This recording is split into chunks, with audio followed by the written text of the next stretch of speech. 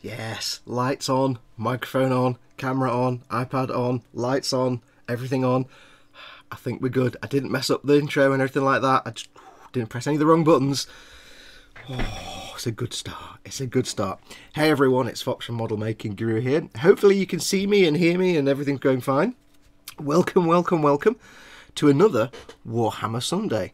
And happy Father's Day to all the fathers out there. All the dads. Dads, you're all brilliant. Dad, you're brilliant too. So happy Father's Day. Happy Sunday. Happy, hopefully, day off work. Apart from Dave, who's at work at the moment. Sorry, Dave. We'll see you in a bit, hopefully. Welcome, everybody. It's Warhammer Sunday. It's that time of week when I get to actually do Warhammers. Yes.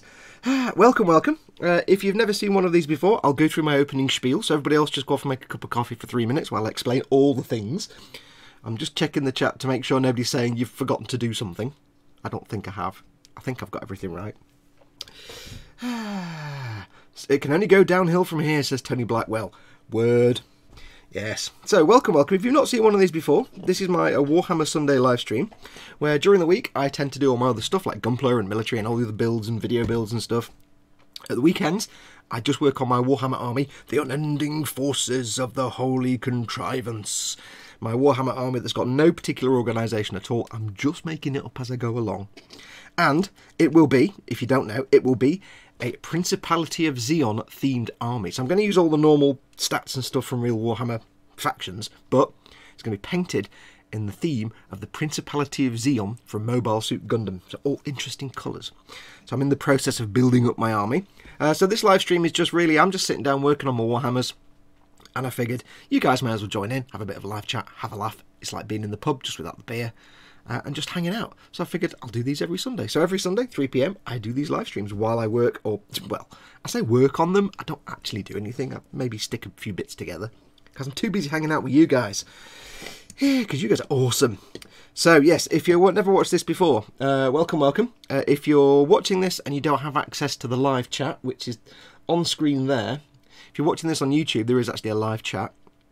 I will be doing giveaways. I've forgotten to get the stickers out. That's what I forgot to do. I forgot to get the stickers out. If you're watching and you can't see the live chat, if you're watching on a mobile device or on the Patreon page or anything like that, then please, please, please do click the little YouTube icon down in the bottom. Ow, there's the camera. Right-hand corner down here somewhere. Or if you're on the Patreon post, click the link in the post. That will take you to the YouTube page where you can watch this stream and you can join in the live chat and you can have a chance to win stickers. And, well, that's it. I've got some stickers to give away. So, yes, please do come and join in. I spend most of the time hanging out with the guys and girls in chat and just having a good time. So you can contribute, you can ask me questions. If you want to ask a question, please, for the love of dog, do, because it gives me something to talk about for 3 hours. Otherwise, it'll be a bit boring sort of live stream. If you want to ask a question, as always, first of all, put it in the chat. Put it in big, fat, whole sentence in big, fat capital letters so I can see it. You can see the chat moving up here. It's quite fast. I'll be looking down at the desk a lot, so I'll probably miss your question if you don't put it in capitals. So put it in big, fat capitals so I can see it. Or you can do a super chat. Use the super chat button down there, and that will put your comment in a big coloured box, and I can't miss it. It'll also give me a little alert on screen to let me know that somebody's done a super chat. Now, for those of you who are new and not have been here before, you may notice this thing up here. What is this? As always, I'll explain it. This is my health bar. I start off with 100,000 healths, 100,000 HPs. I am the stream boss. And every time someone does a super chat, using the little super chat button, or if someone makes a tip using the tip jar, which is down here, streamlabs.com/modelmakingguru, or every time someone joins the stream and subscribes to my channel during the stream, it will take some of my HP off. And then when my health gets down to 0, whoever landed the killing blow and got my health to 0 becomes the new stream boss. It can be any of you guys. Now, there's a bit of a reward for that, because if you become the stream boss, the money that you raise through the tips and the super chat and stuff goes towards buying them a Warhammer kit of their choice. They can choose any Warhammer kit, as long as it's not Forge World. Any Warhammer, walk in the store and have a look, or online exclusive, doesn't matter. Any Warhammer kit, I'll buy it for them and I'll send it to them. Then they're the stream boss, and they will have 100,000 health, and then you can whittle down their health, and when their health gets to 0, whoever killed them becomes the stream boss, and I'll buy them a Warhammer kit of their choice. Now, we have said in other streams, it may not necessarily have to be a Warhammer kit. We can always have discussions about other kits if you want to get a Gunpla or something like that. That's fine, because I know I do a lot of Gunpla, so we can have that conversation. But for the purposes of simplicity, we'll just initially say you can have a Warhammer kit of your choice. And it can be anything. A little tiny figure or a big box set. Doesn't matter.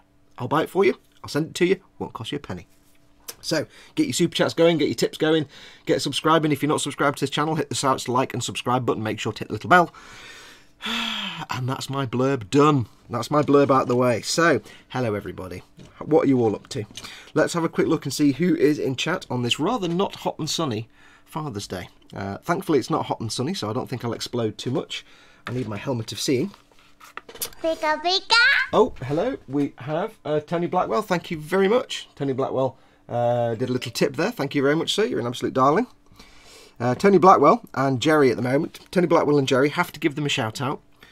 All the prizes we're going to have for the wheel of giveaways during these shows, they've all been donated by Tony Blackwell and Jerry. So we've got a big selection of kits.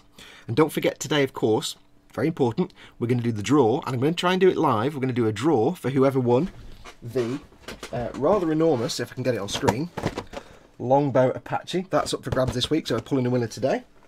And then we'll spin the wheel of giveaways and we'll pick a new prize for next week. So who knows, it could be one of many things. It could be a big expensive tank. It could be a box of trees. Who knows? Who knows? So anyway, yes. Let's have a look at chat, see who's in. Chris from Gross Models is in. Welcome, Chris. He says he might be asleep after a bit because he had a late night party last night and everybody looked really, really happy at this party. Mike Mountain, or Dad, is in, or he was in. He's had to pop out, but you might try and pop in back later. But hello, Mike. We have James Lorimore is in. Hi, James. Nim Cinder in. Good morning. Good morning, Nim. Tony Blackwell, you, sir, are an absolute legend. James Lorimore, I've just said that. I missed someone. Jacob Ray's is in. Hang on, I've got to do it. Jacob always wants me to drink coffee. So I have, as always, my enormous copy of Coffee of Happiness. Let's do this.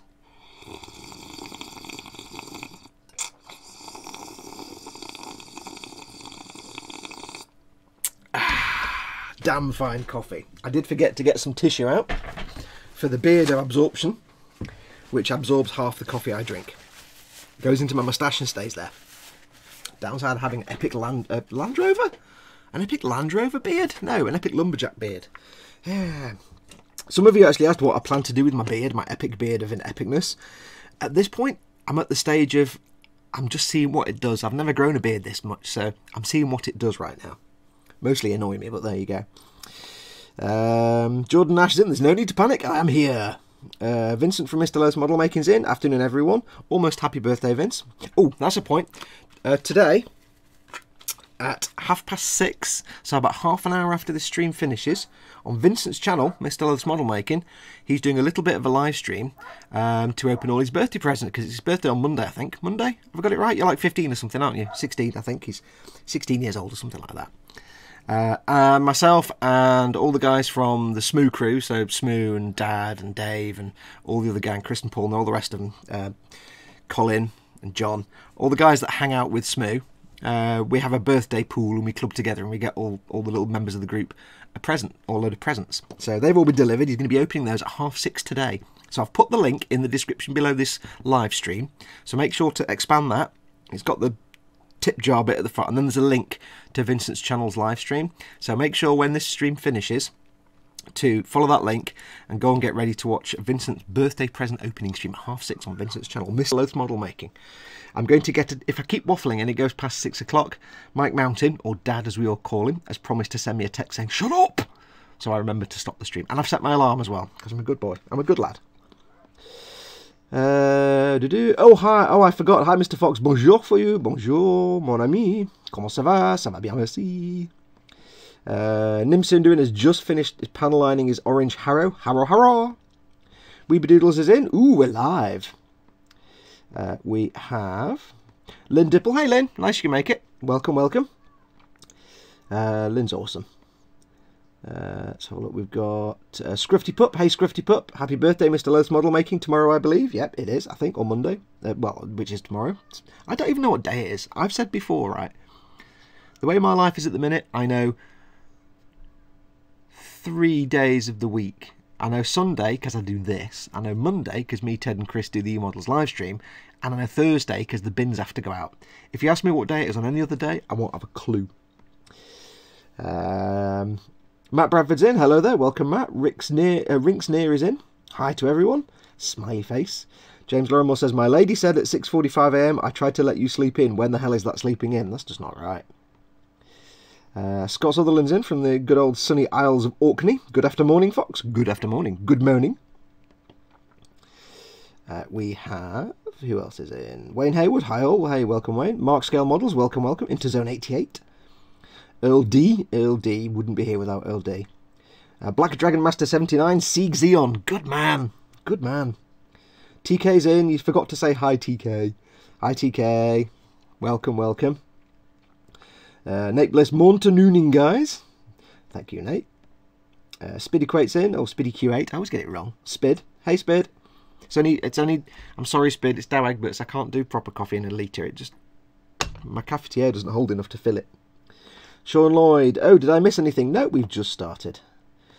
Palmer Zero. Jerry's in. Hey, Jerry. Thank you so much again to you and Tony for your prizes. Palmer Zero, it's not fat, it's big boned. I'm not sure what that's about. Questions in big fat capital, says Lynn Dipple. Yes. Mr. Fox, drink now a coffee. I did. I'll do another one in a minute. Jacob Rays, Mister, I'm in your lucky will today. Jacob Rays was saying to me he doesn't feel lucky, he doesn't believe he's going to win anything. Well, we'll find out, because everybody's got a chance to win. You never know, Jacob, you never know. Jacob, what am I on? Yeah, no, it wasn't Jacob. Or was it Jacob? No, somebody was telling me they were... No, it wasn't. It was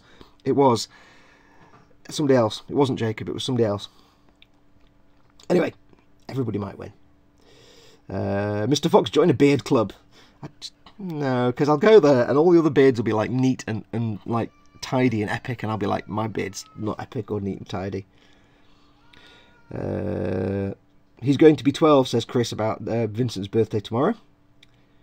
I'll yell it on here, Fox. Shut up, Fox. Dang, I thought I was 9, says Chris. Says Lynn.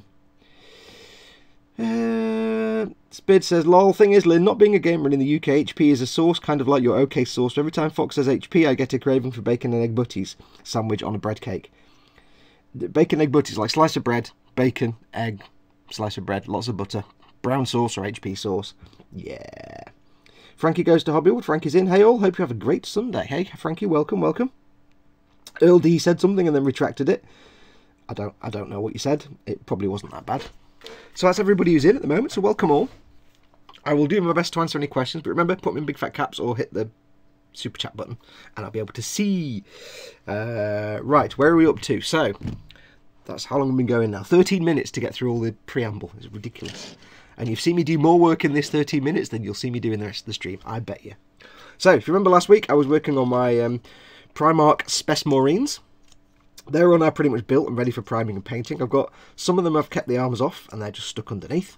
So when they get around to painting, because I don't want to have to work around the weapon. So they're all done. I finished them off after the stream on Sunday.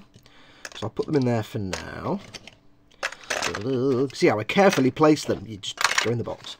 So they're all there and they're all done. And I'll put them over there where I don't knock them over.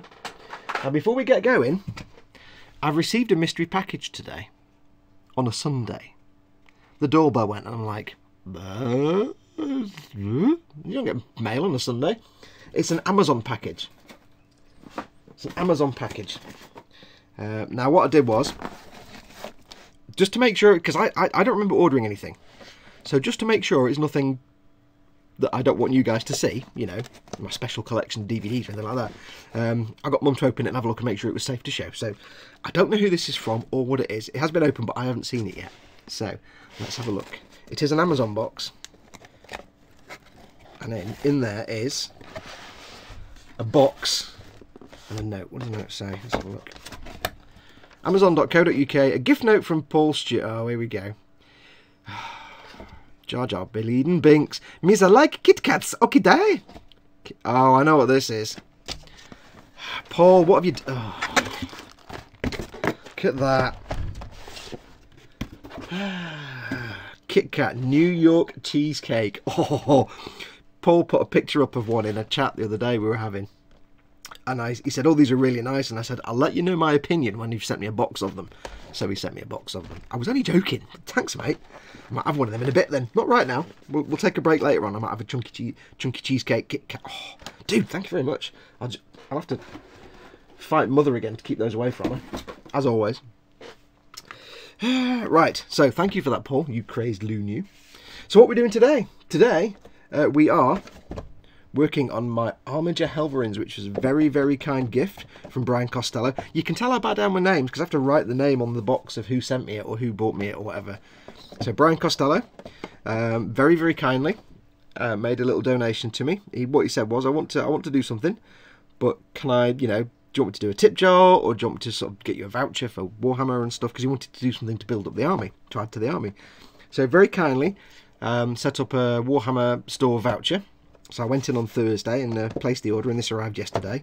So thank you very much for that, Brian. I've got myself some Armiger Helverins, which are like little baby puppy Imperial Knights. The little tiny ones.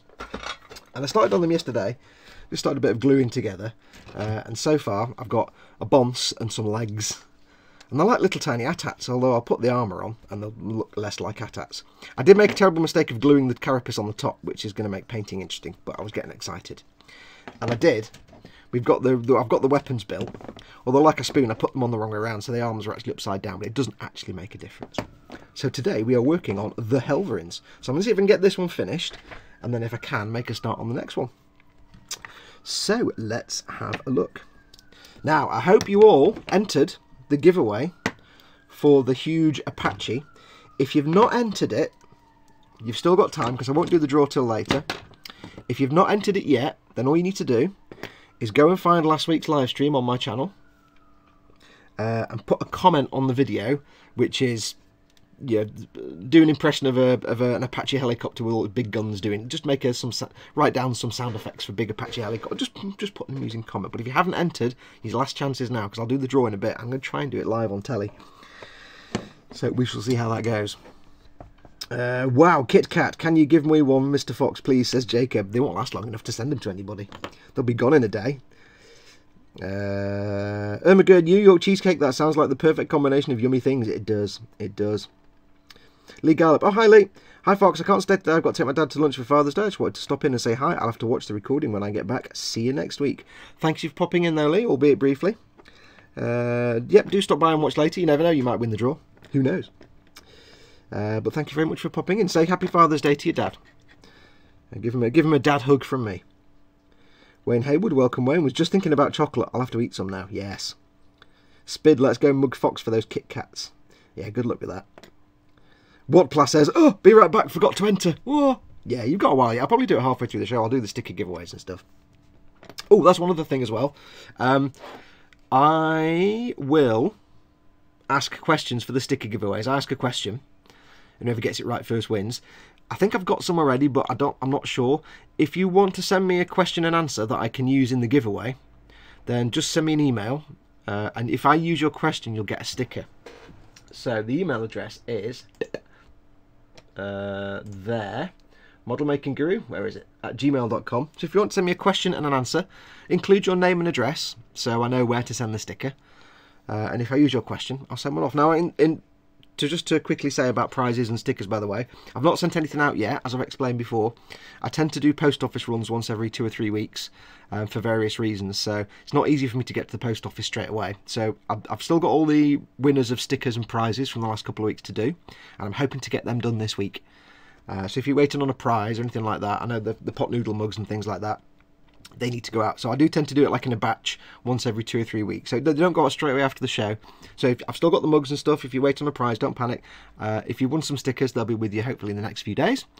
If you're waiting on a prize, then they'll send you an email when that's been sent out, and I'll send you the tracking number so you can track the parcel. They just go roll mail, so there you go. Right, where are we up to? Cheesecake, my favourite dessert and starter and main course in the world, says Spid. Yeah. Tony Blackwell didn't go into silent mode. Oh, Tony Blackwell says, I always used to wonder why Airwolf didn't go into silent mode all the time, because then they couldn't show off silent mode. Chris says, I have a question for you. What number have I got written on my hand? M. Because you're special. James Lorimore, I have over 11 kittens, newborn and old enough to give away, and 5 adult cats. What did I do wrong? I think a visit to the vet is what you did wrong there, mate. Or not a visit to the vet. Always spay your pets, unless you want unwanted consequences. Spid says 42 to Chris, and Chris says, ew, peanuts. Yes.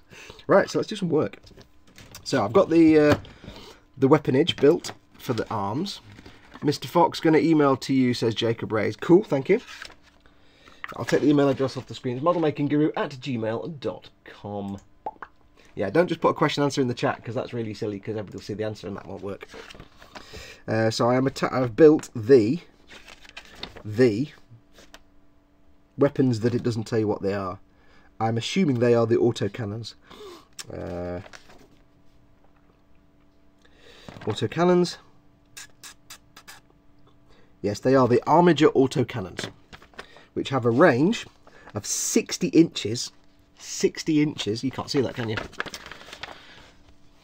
They have a range of... Can you see that? It's a bit bright. I know it's overexposed. 60-inch range. They're a heavy weapon. They have 7 strength and -1 AP and D3, damage 3. Oh, they're quite nice. These are kind of designed to... The Armigers are designed to sort of complement your Imperial Knights. So while the Imperial Knights are doing what Imperial Knight do, these are kind of either running in ahead and attacking to thin the troops out, or these ones, which the Helverins have got these long-range autocannons that are designed to hang back from the Imperial Knights and do some damage long range. So yeah, I went for these because they just got the cooler looking guns. So let's get these cleaned up. I glued these together last night and put some glue down the seams. 20 altogether, 20 kittens, my wife confirmed, says James Lorrimore. What Plus says, I have no idea what a chopper sounds like. I hope you like what I got. It's fine. It doesn't really matter what the comment is, as long as there's a comment. You could just write spoon, and you'd still be eligible. So, there we go. Right, so let's get some of these nubs off. I glued these together last night. Because they're basically tubes, I didn't take all the nubs off when I was getting the pieces off, because it's easier to glue them together and then sand it down. That way you don't get steps or mismatches in either side of the parts. Let's have a look. Got any nubs I need to work on? That one there, a little bit. I just need to basically now just smooth down the glue bulb where I glued it all together. So this may take some time. Especially interested in any that look like they have a moustache, says Spid. What, Kit Kats? That's weird. You're weird. Mr. Fox, email please. Name of your email again, please. I forgot. Hang on a minute. There you go. It's up on screen there for you. modelmakingguru@gmail.com. Outstanding, Marine. So yeah, so I'm just getting these guns done. I'm having great fun built this. I was hanging out with some people last night, hanging out with the Smooth Gang, some of the Smooth Gang last night, and just having a chat and working on this, and it was quite pleasant. Just chatting and building. But they are nice little kits. They're really nice. Oh, here's another update as well. I've added to the prize pool for the giveaways because I went to the Warhammer store yesterday and I purchased a copy of White Dwarf, the magazine, the Warhammer magazine. Thank you. Oh, I've got a question from Jordan for stickies. Let's have a look. Cool. Thank you for that. Okay, brilliant. What was I talking about? Yeah, so it's the Warhammer magazine. I wasn't really bothered about buying the magazine, but they have a poster in there of Imperial Knights, and it's got loads of information on the back about Imperial Knights, and the front of the poster is just this massive painting of an Imperial Knight. It looks kick-ass. So I wanted that for my wall of awesome posters. So I got that, but what I didn't know is there's also an Age of Sigmar poster in there. Rinks, I got your question, thank you. So there's a poster in there that I have no need for, and it's the big, massive Age of Sigmar one. So I'll add that to the prize pool. I think what I'll do is I'll include it, because one of the prizes is that little pack of Hornby trees. So I might add it to that, because it's a bit pants having just a box of trees. So I've added it to that, so if you get the trees, you get the poster as well. So there you go. I have to tell you now, this place is swimming in model kits. All these prizes I've received, it's brilliant. I had to spend 10 minutes getting them all out, because they're all under the desk and stuff, and I had to spend 10 minutes getting them all out so I can access them for the draw. I need to find a dedicated storage space for prizage. It was great having you in chat, Fox, says Lynn. Yeah, it was nice. I don't get a chance to hang out. I hang out with some of my friends in Hangouts, like Chris and Paul, and you know, the guys in the Smooth Gang, and just other guys and people. I hang out in chats just in Hangouts, but offline. You know, we don't show them. And it is nice, because it's nice to hang out with people and just chat without the pressure of actually being live on the telly. But I don't get to do it very often. Thanks me, Fox, says Jacob. Cool. I haven't had your email yet there, Jacob. It's not come through. I have a copy of White Dwarf from the 80s. It used to be my uncle's when he would paint Warhammer stuff for people. Yeah, I've never really read one before. But now I'm getting into it. I can see I'm going to start having to. But then again, you see... I'm not going to be building a classic army based on the lore of the actual game, so it doesn't really matter. But I'm always up for, you know, looking at the pretty pictures. Which is cool. I did actually send off some pictures of my Storm Wolf to the Readers' Wives section. You know, you post up pictures of Readers' builds. Readers' Wives. They show my age. But it didn't appear, so it wasn't the best photograph, I guess. I don't know why I did it. Didn't really need to. Hornby Shrubbery, says Tony Blackwell. That's the one. What did I say? I said something else. Shrubtacular. They are quite sweet, those little trees. But I'll throw the poster in with those as well. A box of trees is cool. You could make a Joni Mitchell vignette. Someone might need to explain that one to me. White Dwarf equals mini prawn. Yeah. I have a Soups fluff ball that had kittens. I'll keep an eye out, says Spid, says James. Lol, Chris, please check. Oh, there we go. Oh, yes. Spid says, don't forget to plug a new group. Just for a joke, I think. I assume. Paul Stewart set up a new group on Facebook called something. Brilliant. That's well worth the wait there, wasn't it? It was fantastic, Fox. How you doing? I can't go and check on the computer because it'll blow my computer up, adding more tabs. Paul, can you do the honours? Or Chris, can somebody explain in chat what it is, and then I can read that out? Because I've forgotten the exact name and I can't go and get the link right now. Chris, I think, or Paul, I think Chris or Paul, you should be able to post the link in the chat if you want.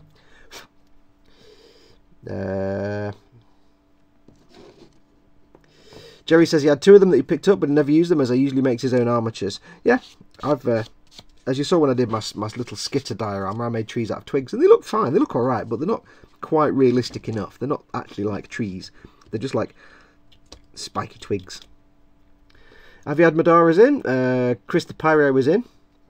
Happy Sunday, everyone. Are those the new Helverins you're working on, Fox? Yes, they are indeed. They are indeed. Thanks to Brian Costello, who very kindly donated a voucher for me for the Games Workshop for the Warhammer store. I was able to wander into my local store and grab some.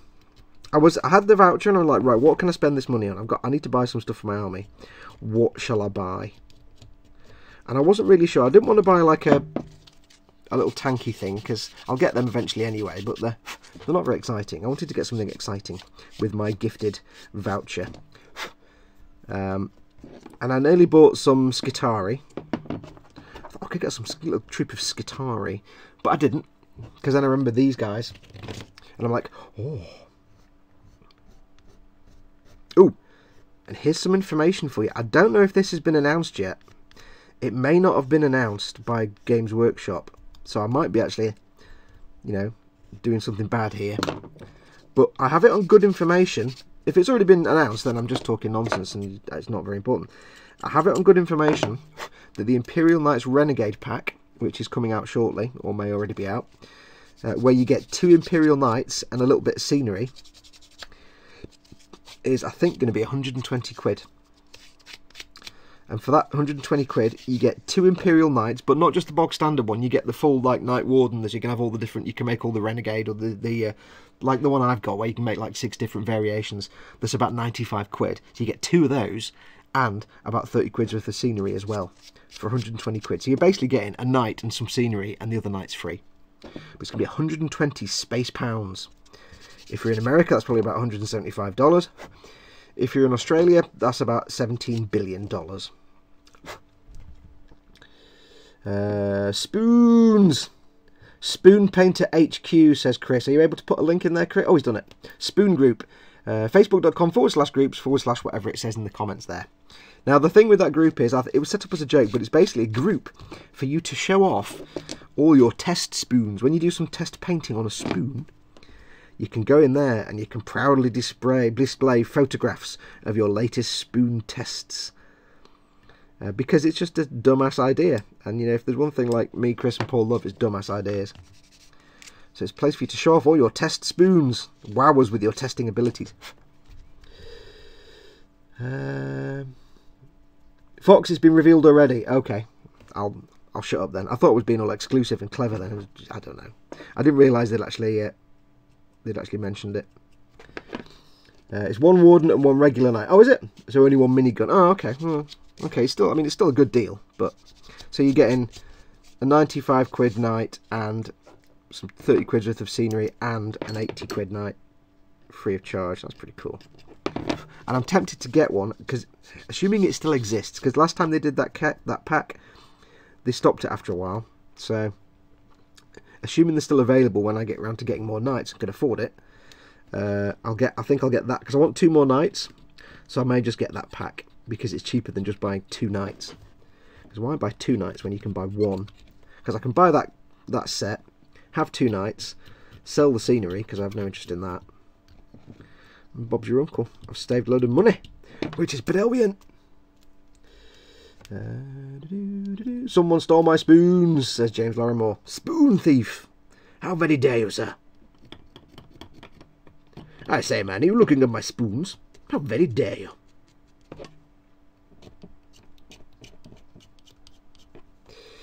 So I'm just cleaning up these autocannon. Right at the moment. I've changed the camera around a bit, so you can't actually see anything, can you? You can see the back of my hand.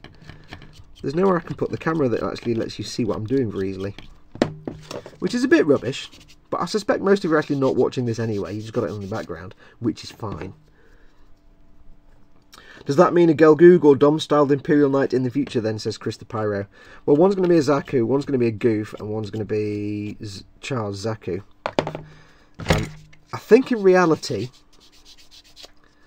I'm not going to do any like custom buildy work to them, because at the end of the day, if I do want to play them, there'll always be somebody who complains because you've got a non-standard kit on there. It's like, yeah, it's not standard, you've put other things in it. I'll just use the normal knight rules for whatever it is, like a, you know, I've forgotten what the different knight types are now, but like the Zaku is just a bog standard knight, so I'll just use the bog standard knight rules. But what I might do, I might see if I can do, because I could probably get away with this, is for the Zaku, I might actually see if I can make a Zaku shield out of plastic card, just to go on one of his arms, because it's going to have no defensive and gameplay capabilities, but it'll just look kind of cool to give him a shield. For the Goof, because I'm going to do it as like, you know, Rambaral's Goof, that's going to be blue. But what I might do for the Goof, even though it's nothing to do with Rambaral at all, I do have the 3D printed extras set for the Imperial Knight that gives me, it's the Space Wolf extras. Ooh, what's that? Jacob, I've got your email, Jacob. Thank you very much. I shall take the email address off the screen. I've got the 3D printed set from someone on Shapeways, and it's basically a Space Wolves conversion kit. So you get different feet for your Imperial Knight. You get a Space Wolf head, which is cool, like the mask that goes over the face. But I didn't get the pauldrons because they were 50 quid just for the pauldrons. So I've got the head and the feet. So what I might do for the Goof is actually use my Space Puppy head and feet, just to make it a bit different. And then for Chars, that'll just be done up as a again, might be the knight, whatever the most powerful one is. And what I'll do with that is I'll just make it nice and red and shiny, because the Zaku is going to be battered because it's a Zaku, and the Goof is going to be a little bit weathered, but not a lot. But Charles Zaku will have to be a clean build. I know, me do a clean build. What's the world coming to? But what I might do is I might make these up actually, because as little companions to the bog standard Zaku. So these will be kind of green and weathered, because I can't really think what to make these. There's no mobile suits that really fit alongside. Even if I did like an AK guy or anything like that, there's no specific colour scheme for them. So what I might do I might look at, say, the Ag guy or AC guy colour schemes, kind of browns. Or I might just make them like little mini Zakus. They're just maybe Zaku pilots that haven't quite graduated to proper Zakus yet. Converting is one of the most fun parts of 40k. Not sure how anyone can object to a good night conversion, says Aviad Madar. You'd be surprised. There are people out there. Most people don't care. Like, if I went to my local Warhammer store, they wouldn't care. They're really cool in there. They wouldn't care if I played with like heavily modded stuff. And they probably wouldn't mind if it's a game, if it's a Warhammer kit that's had things stuck on it. But it's when people take things like, they have a Death Corps of Krieg set army, and they take like a 135th Panzer IV and use that as a tank, rather than any of the Forge World kits. Sometimes they object to that. So, but there's always some neckbeard that will whinge because you're not using a standard model, or they'll be like, "Oh, it's not actually a real house. There's no real fluff behind it," and I'll be like, "I don't care. Shut up." So, just for the sake of ease, I won't really do much conversion. So I might stick a shield on the Zaku though. And the other thing I'm doing as well is, because these are going to be played tabletop, hopefully one day, I'm not doing my bestest work ever on these. I'm not taking care to get rid of every single seam line and little mark and imperfection. I'm not going to be that anal, because when it comes to painting these, I'm not doing a full like skill level 5 paint job. They're just going to be brush painted and probably at the best tabletop quality, because I'm really just building these to have an army to play with. And something to do at weekends that's like a decompression from my normal stuff. So I'm not going to be making these like skill level 5 display museum quality. They're just going to be nicely built, nicely painted, basically, just for fun. This is my relaxing build where I don't have to think too much. So that's one cannon done. Which way around? It goes that way around. Oops. James Larimore, would my RG Tall Geese look weird in earth tone colours? James has just finished his first RG. His real grade kit, and it's a Tall Geese, which is kick-ass. Have I done something there? That's right. Yeah, I got these arms upside down. So, if you look at it, except that one isn't upside down. Hang on, have I not got them upside down? I've got that one upside down, I think. I don't know. Apparently they're upside down anyway, this bit. But it doesn't matter. It doesn't change how they work. So we have one big-ass gun. It's now looking like a cross between, like, an Imperial Walker from Star Wars and Ed 209. I might have to give my arms out like that to give me the Ed 209 look. You have 5 seconds to comply. Yes, I've got your email, Jacob. Thank you. Fox said goof lol, says Lil. Would Tall Geese look weird in earth tones? No, it'd be absolutely fine. Remember, James, Gumpler is freedom. I was saying this to guys last night. The funny thing is, you get all the different genres of model making. You know, you get your World War II military, you get aircraft, you get boats, you get World War I military, you get historical models like oldie worldy stuff, you get model railway makers, all kinds of different things, Warhammer guys. And the universal truth is that whatever genre of model making you work in, there'll always be douche canoes, rivet counters. People like, I think you'll find that's not the correct colour of Dunkelgelb to use on a 1943 Mark IV Panzer. Or, you know, those kind of idiots that if you don't get it exactly right, if you're building something, if you don't get it exactly how it's supposed to be, then they just belittle you and say nasty things. Apart from Gunpla, I have never, ever, to date, ever seen rivet counting on Gunpla. Because there is a phrase, and it's even been used by Bandai occasionally, and the phrase is Gunpla is freedom, which means you can build the model however you want. You can build it to look like it was in the anime, you can build it to look like it was in their manga, you can build it to look like whatever, or you can paint it whatever the hell colour you want. And it's such a creative sort of genre, because people just go to town with all different colour schemes and customizations, because no one cares if it's accurate or not. They just care that it's a really good looking Gunpla and it looks awesome. So you get all kinds of wonderful mods and colour schemes, and nobody cares, nobody bats an eyelid, and I've never seen anybody rivet count. And it's the only place I've ever come across where there's no kind of rivet counting like that, and it's wonderful, it's so refreshing.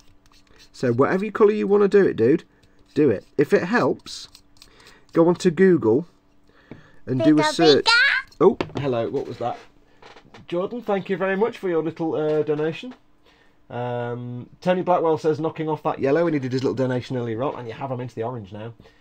Jordan says, boom goes the dynamite, 2 times more spoons. Thank you to you guys. Very, very kind of you. My health is coming down, Alex. It's getting down, it's getting low, it's getting low. Will you take it off this week? I don't think so. I think I've got another couple of weeks to go yet. Before we get there. Well, no way to know, is there? Who can say? Yeah, so get yourself on onto the Googles. And what you want to do is just do a search for Tall Geese line art. Or something like that. And what you'll find is there's invariably somewhere, whatever mobile suit you're making, there's invariably somewhere some line art of the mobile suit you're making. It's just a black and white outline drawing with no colour on it at all. And what you can do is get that into Photoshop or Paint or whatever art software you've got on your computer, and use that as a template and just colour it in different colour schemes. You remember like I did when I did the Freedom Gundam, and I was looking for different colour schemes. What colour should I paint it? And I did the line art and said, right, somebody choose a colour scheme. Just do that. Find the line art. It'll be there somewhere. And just get colouring it in Paint or Photoshop or whatever you've got. Or just print it out 10 times and get some coloured pencils. Doesn't really matter. Just so you can look at different colour scheme ideas before you actually put paint onto the model.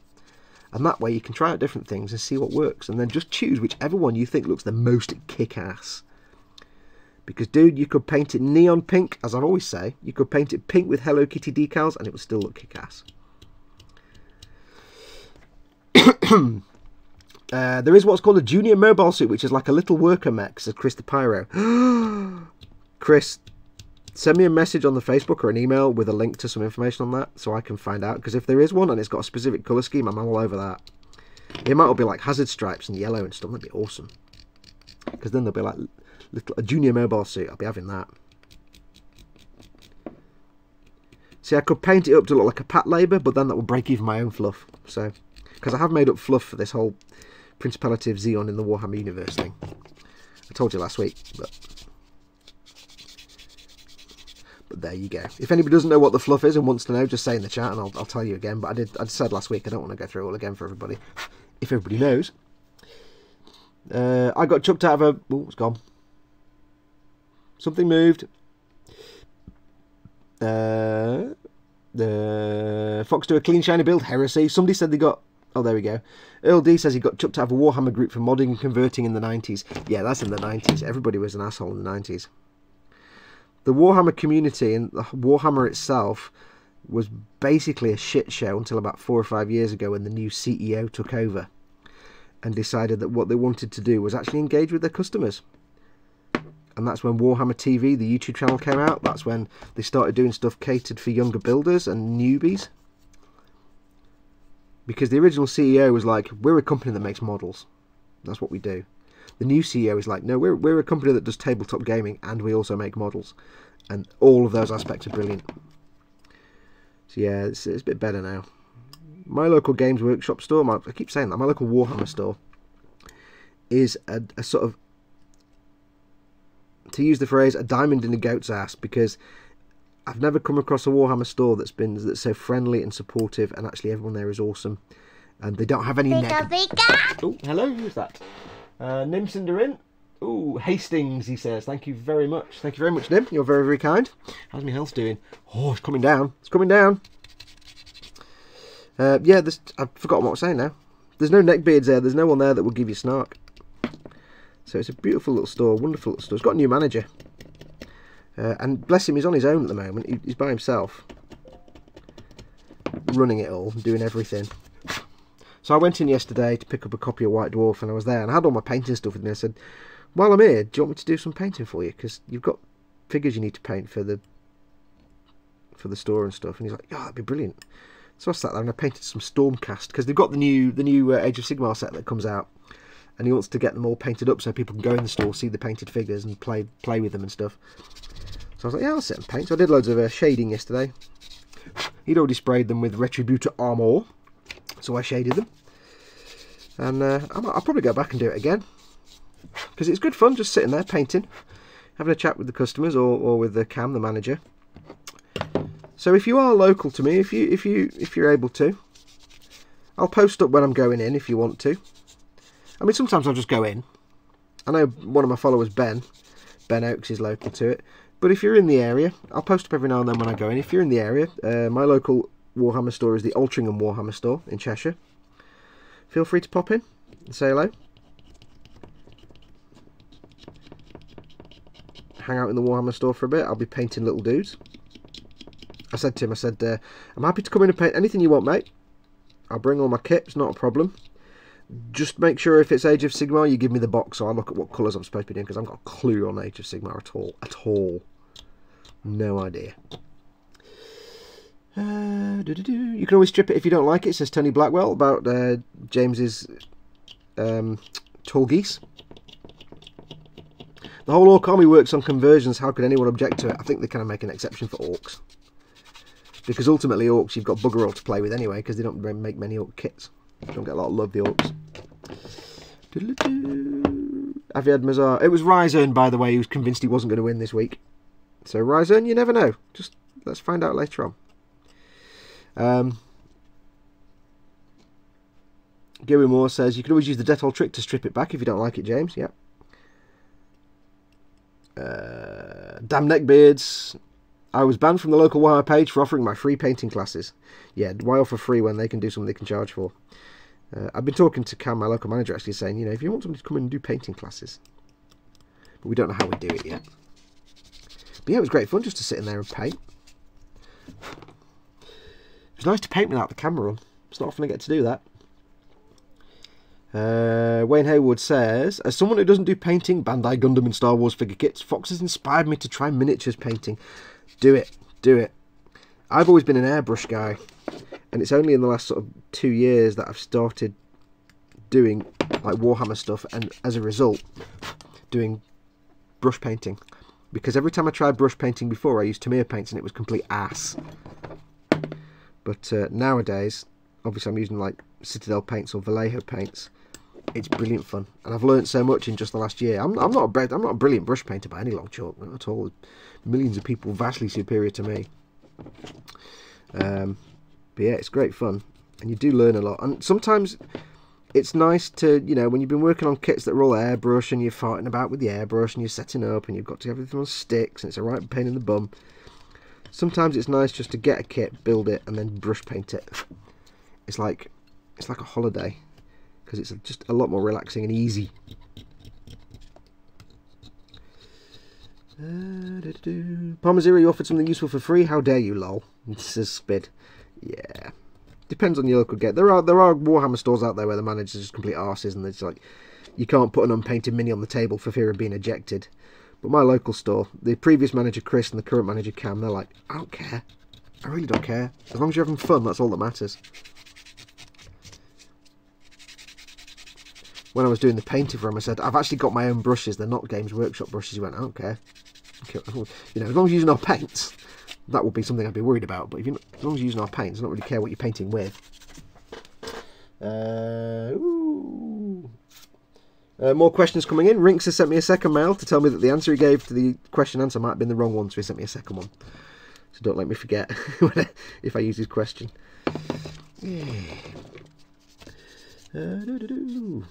Always good to try something new, Wayne. You won't know until you try, says Tony Blackwell. He said douche canoe, lol, says James. Yeah. I've got to keep the language fairly reasonable on these streams, I suppose. Chris Paris says, anybody seen those crits kit? Wait, more coffee. I can't speak now. Hang on. Visor up. Coffee. There you go, Jacob. Right, we'll try that again, shall we? Has anyone seen the kits painted to look like line drawings? Those hurt my brain. Yeah, there's a guy that did Gumpler to look like an anime cell, so it's all painted like an animation cell. And there's a guy that made some cars. He made like a chase scene, and all the background was just line drawings. He got some plastic card and made like a road and a wall, and did some like motion lines all over it in black ink. And painted up the cars to look like it was an anime cell, but like from a high-speed car chase. So it's all the motion lines and stuff. Oh, they're brilliant. I must try one of those one day. They're actually not as easy as you think.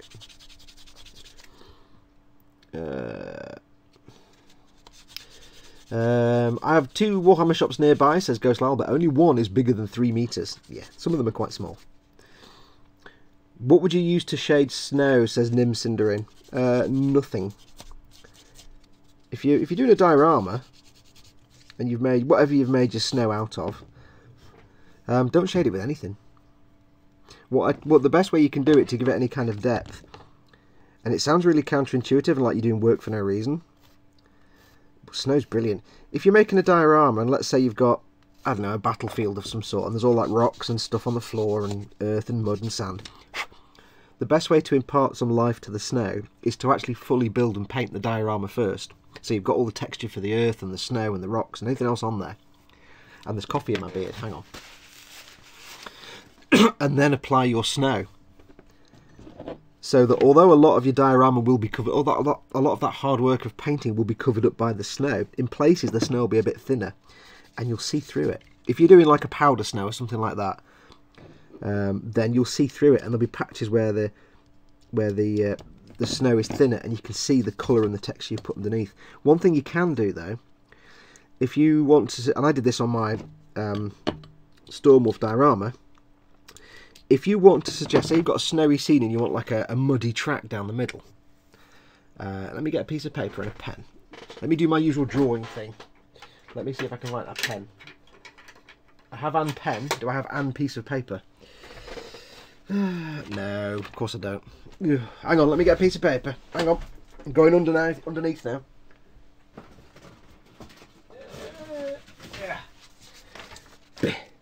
Oh, it's going under my desk. It took forever. For spiders down there and everything. On my Storm Wolf, what I did was, I had the diorama was here. So you had the diorama, and there was a blob of snow. Like that. And there was a track here that went along the side. This is like a muddy track. And you can't see that, can you? Brilliant. And all I did was, I put all the snow here, and then I sort of let it peter out a bit as it got towards the track, because this was all painted as mud and dirt. So I had this fade between the snow and the mud, just because I sprinkled less over this bit and kept it clean. Then what I did was I took some Agrax Earthshade, but any sort of brown, thinned paint will do, some Agrax Earthshade, and just stippled it onto the edge, because this snow was kind of, it was all patchy in little bits of snow. It wasn't all like a straight edge. Little patchy in bits of snow, and just touched it to the edge in places. And what happens was, because it was a powdered snow, it was Woodland Scenics powdered snow, it was like if you took a pile of sugar and touched some paint to it, it would kind of go and soak into all the crystals, and you get that kind of crystally. It basically soaked into the snow while it was all sealed in place, and gave it that look as if like the snow here was clean and white, that's mud, and in between you've got this muddy snow where some of it's got brown and dirt and it's mixed in with the dirt, and it just gave this nice fade between the white snow and the brown earth. So yeah, just have fun with it. But I do recommend, whatever your snow is going on top of, get all that all painted up fully first, and then cover it in snow, because that's what reality does. Oh, Tony's off. Somebody's off, I think. Whichever Tony you are, thank you for coming in. Is it Tony Blackwell's gone? I'm not sure. I can't see the comment. But whoever you are, Tony, whichever Tony, thank you for coming in, and we'll see you again. If it's Tony Blackwell, then thank you for coming, and thank you for giving all these wonderful prizes.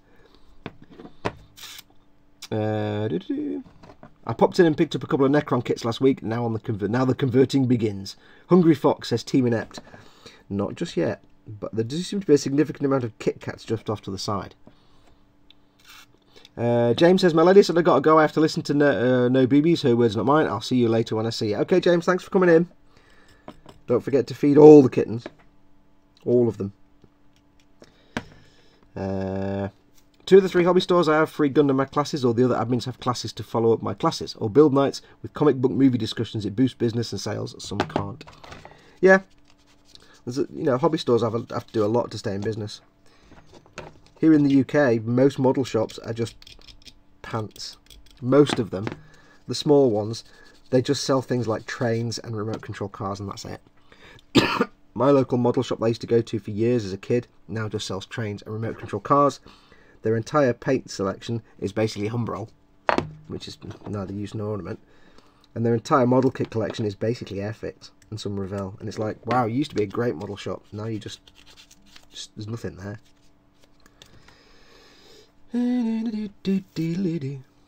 Fox, your Warhammer army can take tactics. What one you think about taking? I don't know yet. I'm just going to play, like, you know, I'm going to play my Imperial Guard as Imperial Guard, and my, excuse me, my Scions are going to be just played as Scions. I've got some Spec Marines, so I'll just play them as whatever. I'm not really decided yet. But my Imperial Knights, I don't know that much about the Imperial Knights and the tactics and stuff. I haven't got the codex yet for Imperial Knights. But my initial thoughts, based on what little I know, is I might make them follow House Griffith in their tactics and abilities.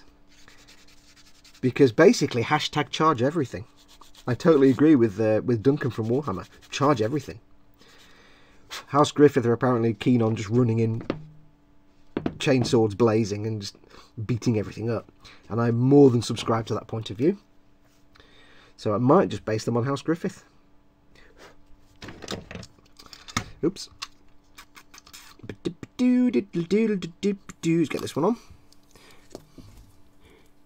Please disarm your weapon. You have 5 seconds to comply. Yeah, cool, I like that. Yeah, I'll probably just glue these in place. What I'll do is I'll probably glue them in place like that, and then I'll not glue them here. So when I need to transport it, I can take the arm off. I can take the arm off. I can take the arm. I can take the arm off, but it'll be in that position when it goes onto the model. I've done that with the knights. I've glued the arms into place, but not actually onto the model, so they can be removed. So yeah, I might go for House Griffith. I don't know enough about the different houses yet and the tactics and stuff. I know they all have different sort of stratagems and things, and I've not got the codex, and it'll be a while before I can afford the codex, so I don't know yet. I'm not going to worry about that till I've actually got 3 knights anyway. Because at the end of the day, it's going to be years before I even get to play a game. So I'm not too worried right now.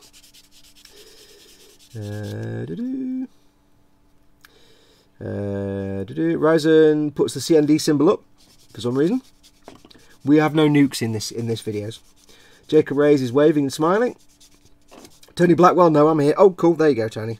I got confused, obviously. I wish I had the type of stash you had, Tony, said James Chapman. Yeah. Tony admits himself he likes buying things on eBay. And he buys many of the same thing. What else is going on? For snow effects, says Palmer Zero, use dark contrast of blacks, greys and browns, then dry brush your textures. Layer your snow in places, light to heavy in spots, with the dark places peeking out. Yeah, you can do that. That's perfect. You don't have to actually fully paint the scenery, I suppose. That's kind of a misguide there. But you want to paint it and give it shadow and light, just so stuff does show through the snow. So, yeah, he's completely right there.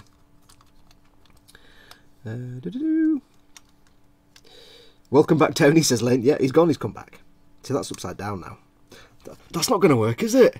I'm going to shoot you with this one, and then when I'm running away, I'll shoot you with that one. Oh. There we go, it's better. So that's that done. I've got the legs done. 10 big guns on the side. Only good model shop is nearly 20 miles away, says Richard Gibbs. I don't have a good model shop. My nearest model shop that's any good is E-Models, which is like 1,000 miles away. It's in Stoke. I'm up near Manchester. Google model shops in Cardiff and went to one. It was pants, just collectibles, says Tony Blackwell. Yeah. Closest model shop to me, says Lynn Dipple, is 200 miles away in the next state. Your space boys don't make them Ultramoons by the love of the Emperor, not Ultramarines. They won't be. It's all going to be Principality of Xeon. And I'm not going to...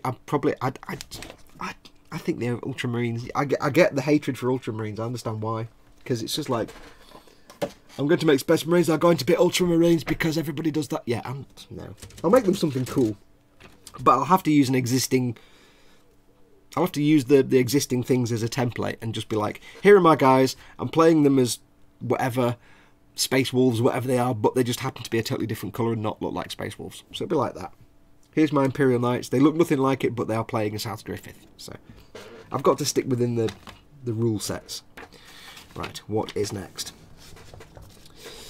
Jacob Ray says, Mr. Fox, sorry for this. Can you do an hour giveaway, please? Because I need to go to sleep and because I want to see who's a winner. Sorry for this. Oh, no, we can do that. That's fine. I was going to take a break anyway. So tell you what, let's at least do last week's winner and what we're going to give away next week. Should we just do it now? Let's just do it now. Why not? Why not? Jacob's got school in the morning, so let's have a swig of coffee. I've got to go and press some buttons now. I'll be facing away from the microphone, so yeah, this might go a bit funky. So what we shall do is we are playing for the too big for the camera Revell 148 Longbow Apache helicopter, and I asked you to put a comment on the video. And now, by the magic of technological nonsense, if I can drag this over here, I can do this. Now, can you all see that? Can everybody see my desktop? Before I go ahead and do anything, can you all see the desktop? Tell me in chat if you can see it, because I can't see my video editing software when I've got the desktop up. So can you see my desktop? I'm waiting for chat. Tell me, chat. Yes, you can. Brilliant. Right. Okay. So this is last week's YouTube video. I'll just refresh it because some of you forgot. Some of you forgot. Oh, hello. Shut up. No. Shut up. Some of you forgot, and I've just put comments on now. So here's last week's video and last week's chat. You're looking at yourself. It's weird. So all these comments. Make sure they're all showing. Okay. So let's pick a winner. Are you all ready to rumble? Let's get ready to rumble. So for the Longbow Apache, we'll copy the URL. We will place it into the random comment picker. If you want to use this for your own videos, it's sandrasires.com. I don't know what, I've never looked at the rest of the website. It seems to be some like beauty nonsense, I don't know. I'm a bloke, I don't look at such things. We'll put the URL in there. We shall load the comments. Are we ready? The winner of the Longbow Apache is Evil Monkey 1979. Dave, start the chopper. Dave. Evil Monkey 1979. Well done. You have won yourself. And I'll just go back to normal. Hang on. Back in the room. Evil Monkey 1979. You have won this puppy. Bigness will be yours.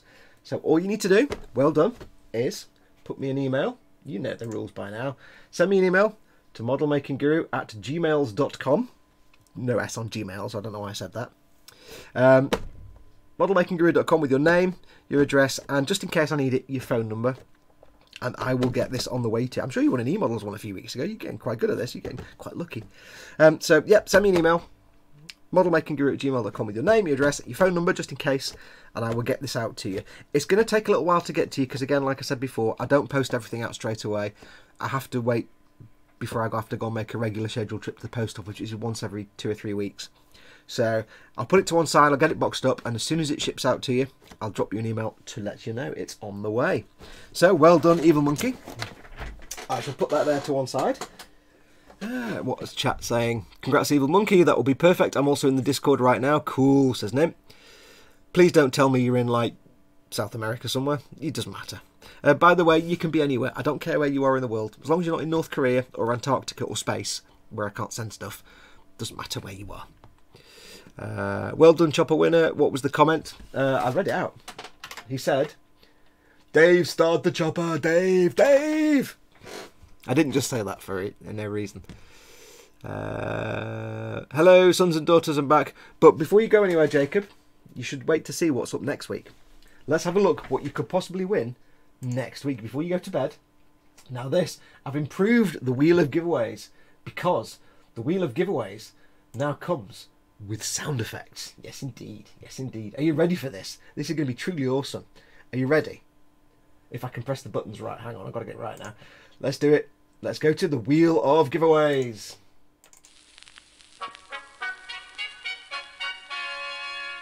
Yes. That's a very specific sound that probably none of you will recognise, but some of you might. So welcome to the Wheel of Giveaways. Now you might recognise this.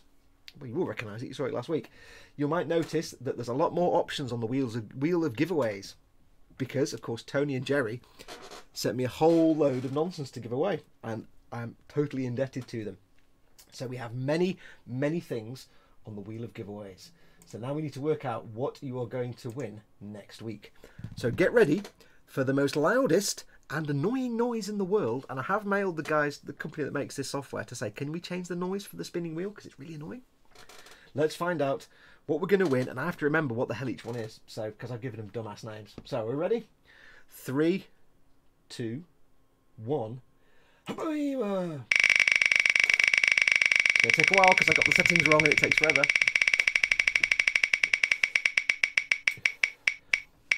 And it will be potato. Potato is what you can win next week. You can win the Polycarpov i16 Type 24 Spud plane, as I like to. I'm not even showing it on screen. Hang on. Put it on telly, you dear. There you go. The Polycarpov i16. Get out of the way. i16 Type 24. I keep calling it a Spud plane. You can win this. This is next week's prize. 1/48th. Looks awesome. You can do it with wheels or skids. Doesn't come with a pilot, so it'll be on the ground jobby. But it comes with wheels and skids. I'm led to believe you might have to do a bit of reinforcement work with the wheels because they're a bit wibbly wobbly, so you might be better with the skids. So that'll look good in a nice diorama, that. So that is next week's prize. This rather gorgeous i16 Type 24 1/48th Polycarpov. And I've also got one of these to keep because Tony sent me another one for me to keep. So I'm going to be doing one of these at one point. So that is next week's prize.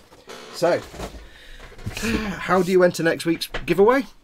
Dead easy. We've done this before. You know how it works. All you need to do is wait till this live stream is finished. Go to the video that will then be on my channel for this week's live stream that you'll have watched, and just put a comment on there. And all I want you to do at this time is a comment about potatoes. It can be anything you want as long as it involves potatoes in some way. Potato. It's just a comment about, it can be any comment, doesn't really matter, but if you can, make it about potatoes. There you go. So well done to Evil Monkey for winning the big fat ass helicopter, helichopper, jelly bopper, jelly bopter, jelly chopter. I'll shut up. Good luck to everybody for winning the thing next week, the little Spud plane. 7 says Fox, more gunpla. You may not have noticed the little logo down here, dude. It's Warhammer Sundays. I'd hate to break it to you, but it's a Warhammer thing. Gunpla's during the week. This is just for the Warhammers. But, you know, if somebody sends me Gunpla in to give away, then I'll give away Gunpla. But at the moment, it's what people send me is what I'll give away. Now, at the moment, we've got a lot of planes. We've got some shiny, shiny, shiny cars. We've got a couple of Ferraris. There's all kinds of stuff in there. There's loads of brilliant stuff. So stay tuned. If you haven't seen already, I've done a couple of... If you go to my channel and look on the playlists, there's the Mailbag playlist. There's a couple of videos in there, and you'll tell from the titles the prizes for you what we've got in the current prize list. So I must remember to take the potato plane off the wheel of giveaways. Lynn Dipple says, Happy Father's Day, Dad. Hi, Mike. Hope you all got the coffee. Stickers, Mr. Fox. Oh, okay. Are we doing stickers? We're doing stickers then. Hang on. I'll need to get the stickers out. 1 second. Now. Right. Let's get the stickers done then. We'll get these out of the way. So if you would like to win some Model Making Guru stickers. Now, I will say straight off the bat, I am running low on these. I'm going to get some more done. And I saw, what was that? That was somebody sending me a lovely little gift. What was that? That was Black Dragon Master. Oh, you've subscribed. Thank you very much. That's taken my health down a little bit. I'm running low on stickers, so it's entirely possible that as I go through my sticker sending out list, I might run out. So don't panic. I'll send out as many as I can. If I do run out, you won't get forgotten. You'll just be in the list until I get more stickers. Chris, I need more stickers. Sort it out. So, let's do some questions. So I do have some questions from y'all. Let's go through. I'll do them in the order they came in. Everybody will get it. If anybody sent me a thing saying with a question answer, you'll all get them read out. That's the wrong email address. Let me get the right email address. Hang on. There we go. Right, so do them in order I got them. The first one we have is a message from YouTube. That's no use. Right, Jordan Nash asked the first one. Question for stickies. Okay, so remember, before we do it, refresh your page right now. Refresh it now, because there's often a lag after about an hour between the video and the chat. So before we do anything, refresh your page. If you're watching this and you can't see the live chat, then click on the YouTube icon down here somewhere. That'll take you to the YouTube page where you can see the live chat and join in. And you need to join in because it's awesome. So, I'll give you a second to refresh your page because you're all refreshing your page right now. Right now, you're all pressing that refresh button. What are we giving away this time? Says Weebadoodles, the Polycarpov, the 148th Polycarpov Spud Plane. He says, oh no, Spud Plane. Yep, we'll get through all of them. The good stuff will come. The excellent stuff will come. It's all good stuff. Fox definitely needs more stickers because Lynn... Yes, I sent Lynn Dipple some stickers. Well, I thought I did. Well, actually, that was an empty envelope because I'm a dick, basically. So, yes, Lynn needs to get more stickers. Right, so, anyway, you've all refreshed by now. If you've not pressed refresh... Now, remember, you'll see the chat here. I see the chat differently to you. I see it the way YouTube receives it. So if you put a comment in and it appears on your chat straight away, that's not how YouTube gets it. You just see it straight away because it's your chat. So I'll go off the first one I see here. So, none of you might get this, but Jordan Nash says, question, what Gunpla kit has the most pieces? And there is a bonus answer, but you probably won't get it. I'll send you a second sticker if you get the bonus answer. What Gunpla kit has the most pieces? I don't need the full name of it, but as long as it's reasonably accurate. I'll just hold that away from the camera. Go. I don't think any of you will get this. Hey, Mickle Pickle. Try and win a sticker. What Gunpla kit has the most pieces? Oh, whoa. That was fast.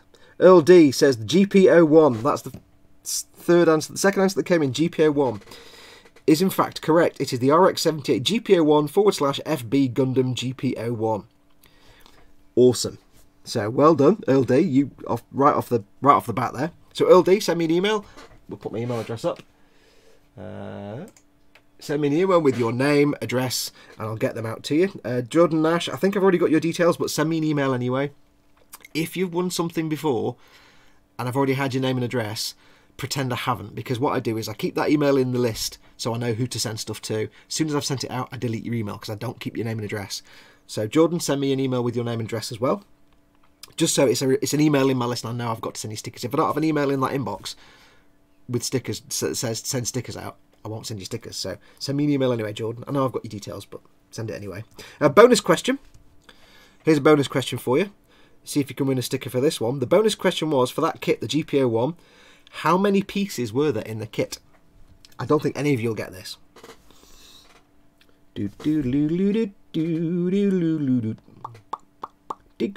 Go, by the way. Frankie goes to one. On my way to work now. Bye bye. See you next time. Thanks for coming in, Frankie. Love you lots. Come back next time. 6 1200 2134 300 7.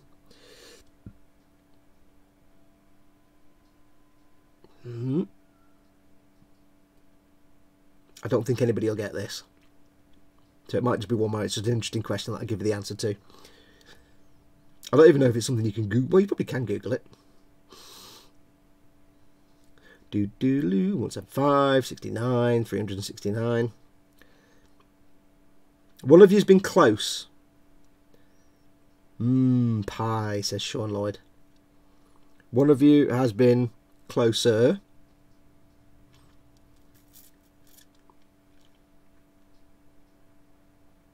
You're not going to get this, are you? Pika pika. Oh. Wayne Hayward, thank you very much for your tip. I really appreciate it. Yep, Jordan Nash says one very close answer. I don't think they're going to get it, Jordan. We might just have to... Jerry says, I suppose I could look in my cupboard. Nah, effort.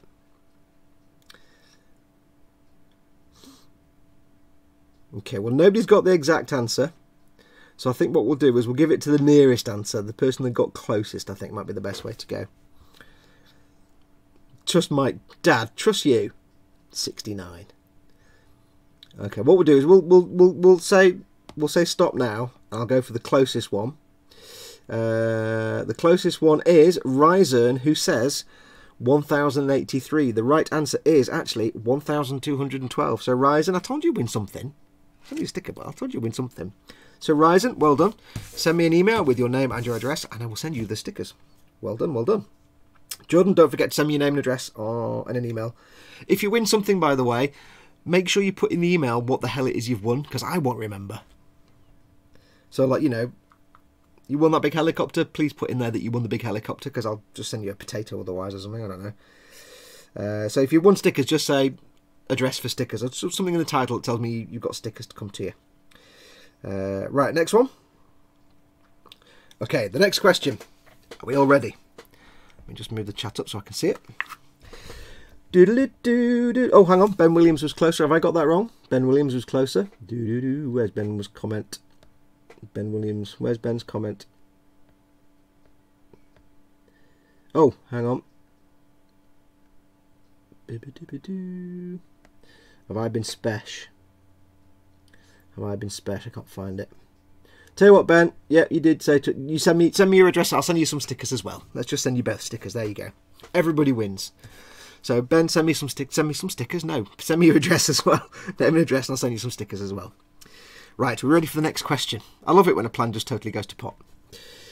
Right, Ryzen, you can still have some stickers because I said you could have some. Both of you mail me. There you go. Everybody wins. So, next question.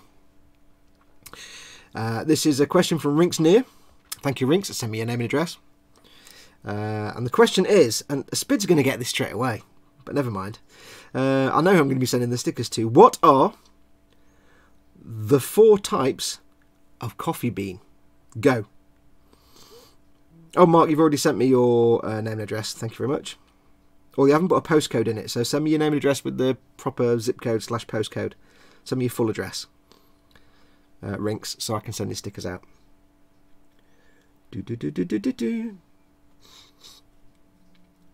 So what are the 4 types of coffee beans? That's the question.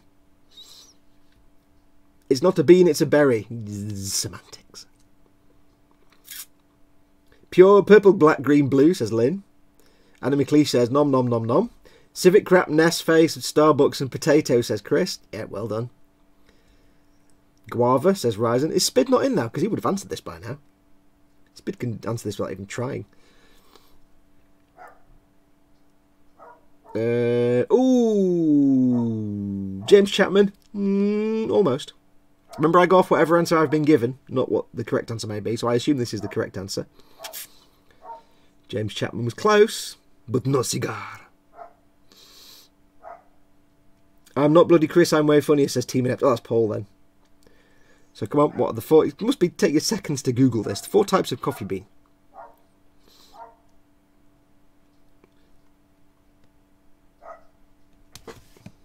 No. One of you was very close, but not quite wrong. I'm not quite right, even. I can't get my words wrong. Right. Oh, God, I'll shut up. I can't even get my words out. 4 types of coffee bean. Where's Spiddy? Would have answered this. James Chapman was close. The good, the bad, the ugly, and the bizarre. Bam, and there it is. Aviad Madar says Arabica, Robusta, Liberica, and Excelsior. Well done, that's my answer here. I won't show that because it's got his address on it. Arabica, Robusta, Liberica, and Excelsior. And Spid is just exploding now because I pronounced all them wrong. So well done, Aviad. Send me your name and address on the emails. And Rinks, just send me your name and address again, but include the postcode or zip code or whatever you call it there, the full address. Because otherwise I'll send it and I'll never get there. Cool. Nice one. Thank you for those.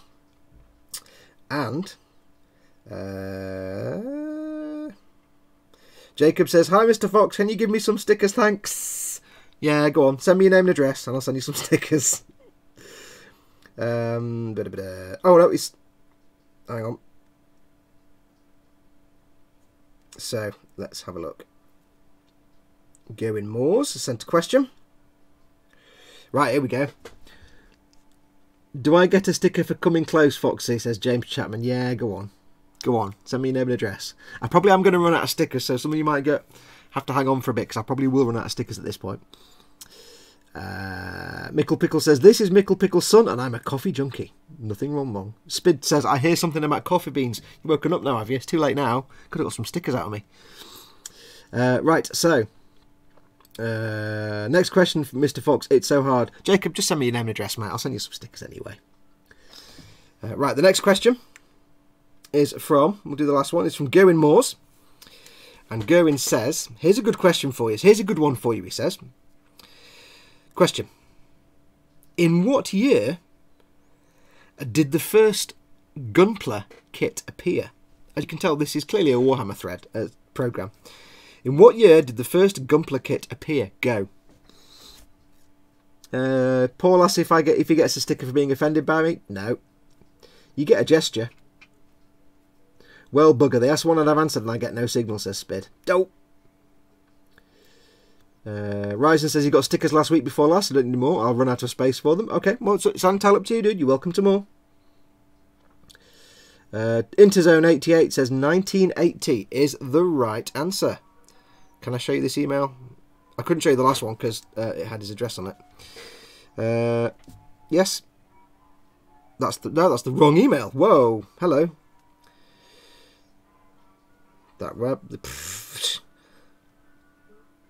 Okay, that's weird. It just totally changed the question. That's strange. Anyway, it was 1980. Now it's suddenly a question about Warhammer. What? My email's being weird. Going Moores. Oh, he sent. I'll tell you what. I'll do another question because he says. Oh, there we go. There's the 1981. Cover up his email address. 1980 for the. Then he says, "Hi again, Fox. Forgot it was Warhammer." So he's got another. So we'll do one more. So who got that? I've forgotten who got it now. Interzone88. Send me your name and address. We'll do one more. Forgot it was Warhammer. So the question is, here's another one for you. Question. Who invented Warhammer 40,000? Go. Who invented Warhammer 40,000? The name of the personage. This is where nobody answers now because it's a Warhammer stream and everybody watches into Gunpla, so it's brilliant. Duncan says Paul, no. Oh, could you all hear the music in the background? That's my local ice cream van. That was literally my local ice cream man going past. Sally James says, Mike Mountain, stop doing it. Right, we have many correct answers. James Chapman answers it first with Rick Priestley. Rick Priestley is the correct answer, according to this email. So, Rick, no, not Rick, James, well done. Send me the usual email with the name and the address, and we'll get all stickers out to all of you. So all of you send me your name and address, modelmakingguru@gmail.com, and we'll send you stickers out. Jacob, send me your name and address anyway. We'll go. I know English isn't your first language, so you may struggle with some of the questions, so I'll send you some stickers anyway. Plus, you like watching me drink coffee, so I'll give you some stickers. Now, as I said, I might run out of these. I probably will. So I've got a backlog to send out in the next week or two. Might take a while to get some. I'll have to get Chris to make me some more. So there you go. But we'll get them out. I won't forget you. Don't worry.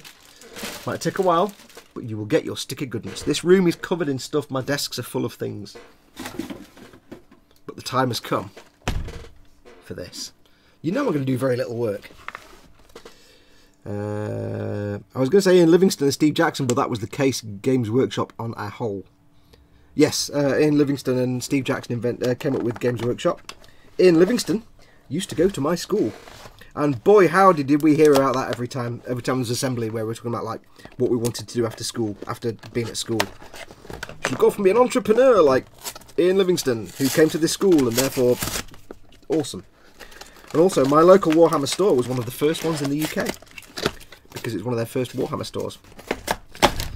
Oh, look at that! Oh, there is a significant number of these. Ooh. Ooh. Oh. Right. Anyone have a link for a Gundam tabletop game using Gunpla? There is one, I think. Angie, I've got your address, thank you. There is one, but I don't know. I've never seen anything for it. Oh, it smells like cardboard. Fantastic.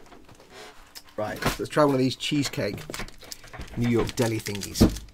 Mr. Fox, I live in the Philippines. That's brilliant. Send me your name and address anyway. I don't mind when you are. Cost me not much to send an envelope with some stickers in. This is torture, says Nim Cinderin. I want one. So I'll see how good they are. Ready? Mmm. Mmm. Mmm. Mm-mm. Mm-mm. Oh my god, Lord. They do taste like cheesecake. Ow. Oh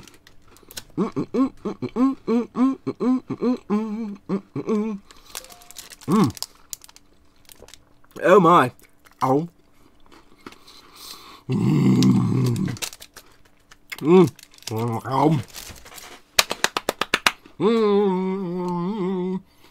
Coffee.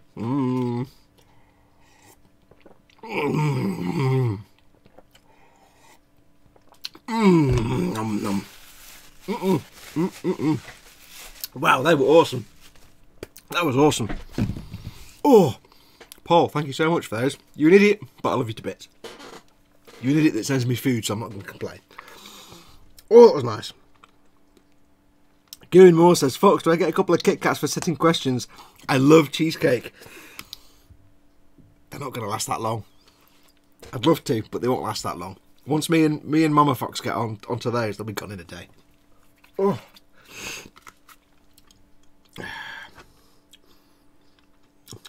Oh, that was nice. What's everyone doing? This is torture. Looks like I have enough for everyone, says Lynn. Down in one, says Paul. Anyone else entering this year's Gundam Builders World Cup, says or a Black Dragon Master. Cool, you're entering? Awesome. Black Dragon Master, if you don't know, you might not know, I don't know if you know, but I do have a group on Facebook called the Model Makers Boom Hut. If Paul or Chris can post a link to the Boom Hut in the chat, please, that would be brilliant. Make sure to feel free to join. It's open to everyone. Make sure to feel free to join. Post up some pictures of what you're working on for the GBWC. Because there's a lot of Gundam builds in there, a lot of Gunpla builds in there. They'll love to see it. And a McLeish Kit Kat. Damn, worth a try, says Garrett Moores. Yeah, the thing that all my friends' dogs have learned is there's no point coming towards me begging for food, because they look at me and I go, no, and then they walk off again. So all dogs learn that very quickly. One of Nim's friends is entering the GBWC. Paul, Team Inept has put the link up, facebook.com/groups/model boom hut. If anybody's not a member, please do feel free to go and join. It's a really, really nice group. It's open to everybody of every stripe, every kind of building skill level, everybody of any type of model. You don't have to build any kind of specific thing. We've got a guy in there that blows glass. We've got a guy in there that makes puppets. We've got carpenters and all kinds of things. People that make things rather than model kits and scratch builders. Quite a bit of Gunpla, quite a bit of Warhammer, but loads of other stuff. So go in. It's nice and friendly. There's no bitching, no snarking. We just don't allow it. It's a very friendly atmosphere. Everybody in there is a complete nutter, and you'll soon be one yourself. So there you go. Which should I build next? 1/100th Grimgird, RG Build Strike Full Package, or an HG Man Roadie? RG Build Strike Full Package. There you go. It's a strike. I'm always going to vote for the strike. There's no point asking me. Boom Hut is awesome, like a 1900s insane asylum, except not as quiet, says Sean. Yep, pretty much. I've had too much coffee today, says Andy McLeish. I'm too hyper. Yeah. Nothing wrong with that. Talking of which. Nom. If Jacob's still with us. Oh, that Kit Kat was delish. It's nice that we in the UK and Europe actually get decent Kit Kats for once. Because in most of the time we get a Kit Kat, we get a big Kit Kat and one with bits in it. And that's it. If you go to Japan, they've got a million different flavours of Kit Kat. They love Kit Kats. I think Kit Kat insane. What was the name of the spoon group, says Andy Butcher. Chris or Paul, could you put the link up again, please? If you'd be so kind. Right, where was I up to? I've done the shooty guns. I haven't finished the shooty guns, I've just noticed. I have a thing to put on. A thing! Where's me snips? Get me god hands out. These are only small gates, so I can use my god hands on these. So I want 2 of those for 4. It is quite a nice kit, this, because you get 2 of them in the box. It's not just one. You don't get one. You actually get a pair of them, because they're supposed to work in pairs. It's 45 quid for 2 armigers, and it's not bad at all. It's like 2 little mini knights. Can't sniff at 45 quid. They've got some quite powerful weapons, so they're pretty cool. I'm not going to complain at 45 space pounds. Oh, hello, come back.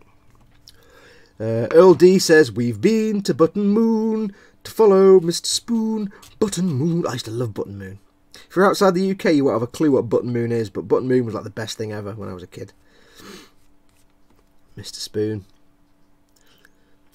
Thanks for the Father's Day Prezi, Dave. Butcher that model, says Mike Mountain. Oh, you're back in, Mike. Nice, awesome. Hello, welcome back.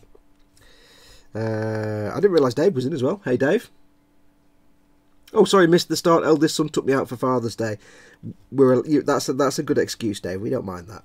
We don't mind that at all. That's more than allowed. Welcome, welcome. You didn't win the aircraft, the helicopter, I'm afraid. The jellybopter. Sorry about that. Right, I need to blow my nose. I'm going to mute the microphone for a second. Hang on.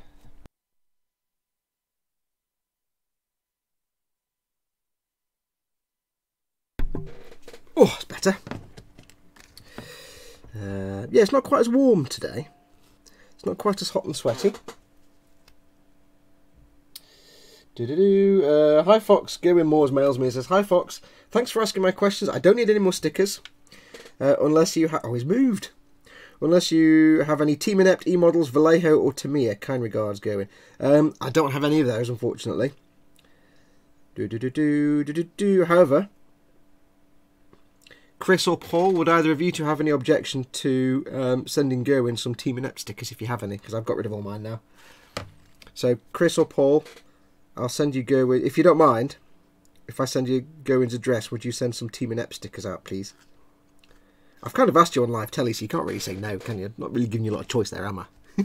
But you'll need to remind me to do it, because I will just totally forget. There is a flaw in that argument. I'll have to remember to do it. I've got loads of them, no worries, says Paul. Is it better if... Tell you what, Gerwin, rather than me remember to tell Paul what your address is, if you want to... I don't know. What's the best way to do this? It's best if you just get Gerwin's address from Gerwin. Or tell you what, Paul, just remind me later, and I'll send you the address. Paul won't forget, because Paul's not an idiot. Paul says he could say no. To be honest, I'm the rebel of the group. You're a rebel without a clue. That's what you are. Right, for anyone who's just joined us or joined us recently, just a quick recap.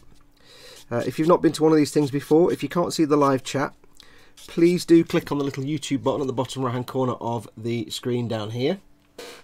That will allow you to see the live chat, where you can join in with the shenanigans that go on in there. We've just done all the giveaways, so you've missed those if you've just come in. But do join in, because the chat's an awesome place, and we just hang out. And that's what this is about. It's not about me making Warhammer stuff. This is about me hanging out with the people in chat. My health, don't forget, of course, my health is coming down. It's now down to 55,917. If you want to know how to get my health down and win and become stream boss and win an awesome prize, all you do is you either do a super chat in chat, which means you hit the little $ down here and puts your comment in a big box so I can't miss it, and also it sends a little notification to me. That takes some health off. You can put a tip through the tip jar, which is here, streamlabs.com/modelmakinguru. That also takes some health off. Or if you're not subscribed to this channel, you can just subscribe to this channel, and that will also knock a little bit of health off. So do feel free to do one of those. Whoever gets me to 0 health will win a Warhammer kit of their choice. As long as it's not Forge World, it can be anything from a walk-in store or an online Warhammer exclusive. It doesn't matter. You'll win it, I'll buy it, and I'll send it to you. So whoever gets me to 0 health. So keep those tips and super chats and subscriptions coming through. It's taken about 3 weeks so far, and you've got me down to where you are. So still a bit of work to go. Is that going to fit? That doesn't really fit very well. Or is it just me being spesh? Bit of a rum fit, that. It's a bit rum that fit. Doesn't quite fit very well. Games Workshop, you give me parts that don't quite fit together. How is that possible? There we go, it's better. You have to kind of stress it a bit to get it on, and therefore it's kind of a bit stressed. It's not ideal. But never mind, it's not a problem. Yeah, so get those pledges and get those tips and things coming through. Get my health down, And it can be anything. It doesn't, you know, it'll be a case of, I'll be like, right, you have one, here is the budget. What I'll do is, I'll tell you how much there is in the pot, because all the money you raise through the super chat and the tips and stuff, basically is sitting in my PayPal account, waiting for someone to tell me what to buy them. So, I will tell you what the budget is, and say, right, go and pick a kit. There you go. And then I will buy that kit, and I will send it to you. And you will have much happiness. And if you're not into Warhammer, don't worry. If you're not into Warhammer that much, this is a Warhammer stream, but we can have a conversation about other things. If you're not particularly wanting a Warhammer kit, maybe you want a gunpla, or there's a tank you want, or it can be really any kit, but just for the sake of simplicity, see, that's just snapped there, look. That's just cracked, because you have to really stress this part to make it fit. Games Workshop, what are you doing to me? That's a bit rum, dudes. Oh dear. Well, we can get it on there just about, and we can fix that later. Yeah, it doesn't have to be a Warhammer kit, but just for the sake of communication, we just say you win a Warhammer kit. That's a bit rubbish. The part doesn't quite fit, and it broke. Das ist nicht richtig. Oh, spuds. Okay, we'll put it on like that. We won't put it on quite so tight. And we'll just fix that with a little tiny bit of glue. Glue that in place. Oh, look, you can hear next dog barking. What a surprise. What are we doing in chat? Doodle-doo, doodle-doo. I bought you a whole box of Kit Kats. I'm not paying out again. Fine, fine. Then you can just post me the Team Inept stickers. There you go. We'll tell you what then. Go in. I will send you some Team Inept stickers when I get some. I'll keep you on the list. Mr. Fox, I emailed you now. Can you check if it's correct? Doodle-doo. You're supposed to have gone to bed. Let's have a look. Yeah, that's probably fine. That's probably fine. I know in the Philippines they're kind of strange with funny little addresses, so I'm sure that'll be fine. Don't worry about it. We'll get some stuff on the way. Paul, send them to Fox so he can put them in my empty envelope again. Yes, I did send Lynn an empty envelope. Right. Sally James, please, says Mike Mountain. Jacob, Fox always gets his emails. I do. I am at Mike Mountain, the stream from iPlayer. Sup, Fox. Hey, thy creator, welcome. Oh, Fox, I meant for the giveaway. I'll do the stickers, no problem. Oh, right, okay. Okay. You get me confused now. No, I'm not going to send you something to the giveaways.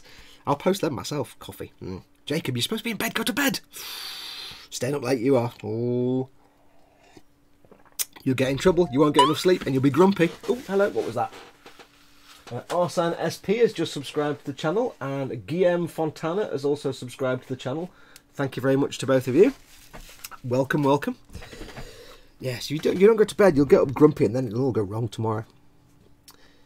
Lynn Dipple is not letting you forget this, Fox, says Mike Mountain. Yep.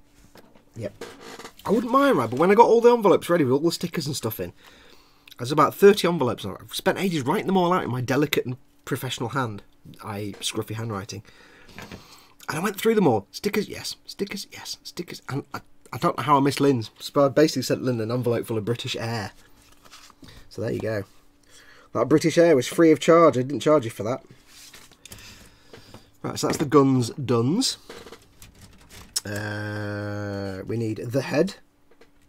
So we need 14 and 13, which is 11 and 10. So that's not the right parts at all. 11 and 10. 14 and 13. There we go. And I've only just realised on this guy, because I'm doing this as a Xeon themed army, there is actually an option for one of the heads, one of the faces, to have a single lens, like a mono eye on a Zaku, which is perfect for what I want. But I don't know if there was an option to do that on the Imperial Knights, because my Imperial Knight that I've built has got two eyes, it's got two lenses. If I'd known there was a single one, I would have gone for that. I don't think there was. But at least these guys can have a mono eye, which is a bit more in keeping with the sort of Xeon theme.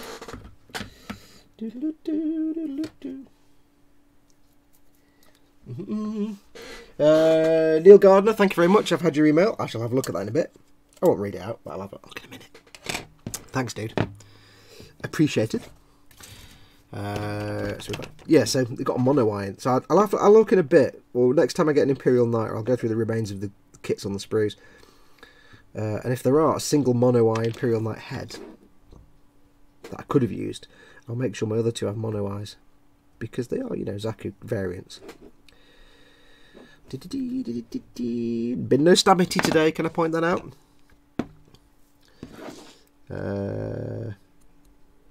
Like a battle version of Patrick Moore, says Zadster.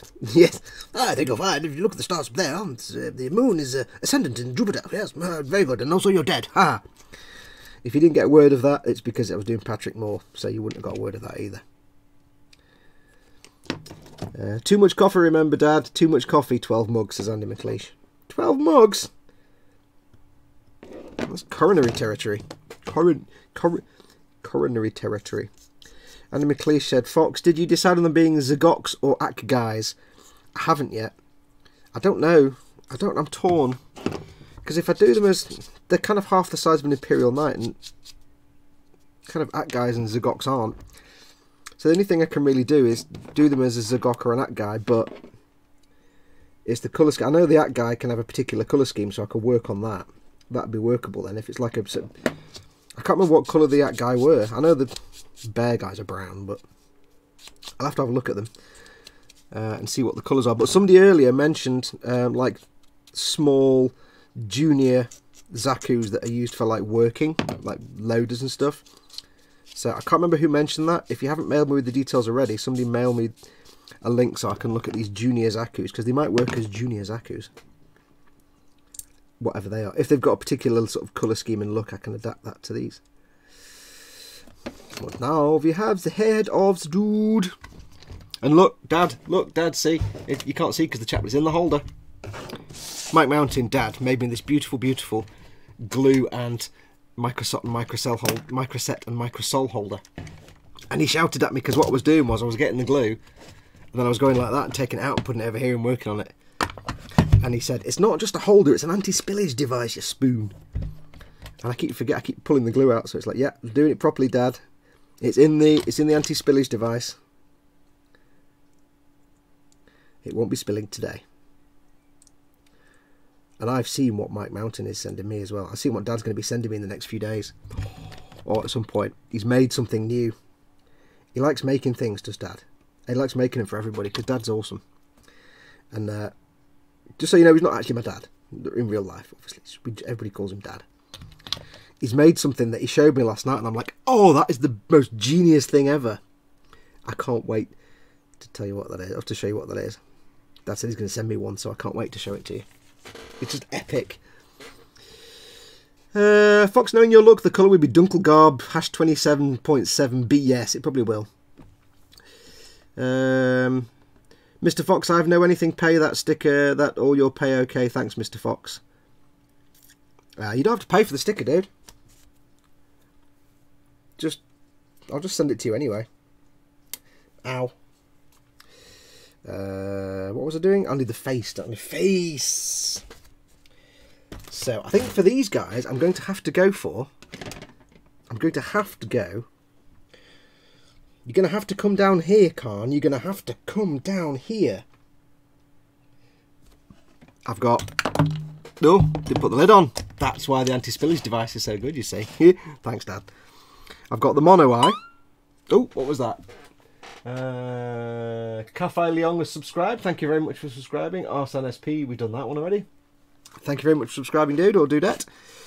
We've got the mono eye. We've got the face, the big eye and the little eye, which looks like somebody just jammed something up where it shouldn't have got jammed. We should have two more. Wer also as a tool. We also have a shouty Space Marine face. Don't care for that one. And we also have this one with a massive mono eye. So, do I go for the mono eye or the massive mono eye? mono eye. I think I go for massive mono eye. But do I get 2 of those? Do I get 2? Please tell me I get 2, because that would suck if I didn't. I don't get 2. I get 1. Oh. Okay. Well, we can have 2 mono eyes, but one's got an enormous mono eye and one's got a small mono eye. There you go. Fox, you can't keep us in suspense. What is it? I can't. I'm not going to tell you. I'm going to show you when it turns up. Mike Mountain. It's a. Oh, Mike Mountain's just. Oh, Mike. You spoilt it now. You've ruined Christmas, Dad. You ruined Christmas. You told everybody what it is. Yes, he's made. I might as well tell you now. He's made a thumb palette. It's like a little tiny palette about this big that sits on your thumb like that. So you can paint and have a little palette there, a little wet palette. I can make it into a wet palette and be like, dee. How cool is that? He showed me last night and I'm like, oh, that's the most awesome thing. Apparently it wasn't just him. Him and Kenneth and Dave Butcher that model all sort of collaborated. I think it was Kenneth and Dave's idea, or Dave's idea, or Kenneth's idea, just to say that so everybody gets covered. I think Kenneth suggested it. I don't think Kenneth's in today. Mark 400, model making guru, check out Shapeways for extra customizable bits. I already have the Space Wolf head and the Space Wolf feet for my knights. And I think I might be putting them onto the knight that will be the goof. Because one of them's going to be a goof, one's going to be a Zaku, and one's going to be Char's Zaku. So I got those anyway because I was going to do a Space Wolves knight until I came up with the idea of the army. So yes, I'm going to use those on the goof. Just because Rambaral has to have something that looks a little bit different. A little bit different. And I might try and cobble together, out of the plastic card, a shield for the Zaku, the bog standard Zaku. Just because why not? Why not indeed, you say? Putting on the face. Face is on. I never forget a face, but in your case I'll make an exception. There you go, that's his face bone is added. A face only a mother could love. Cool, that's done. So he's got a big fat mono eye.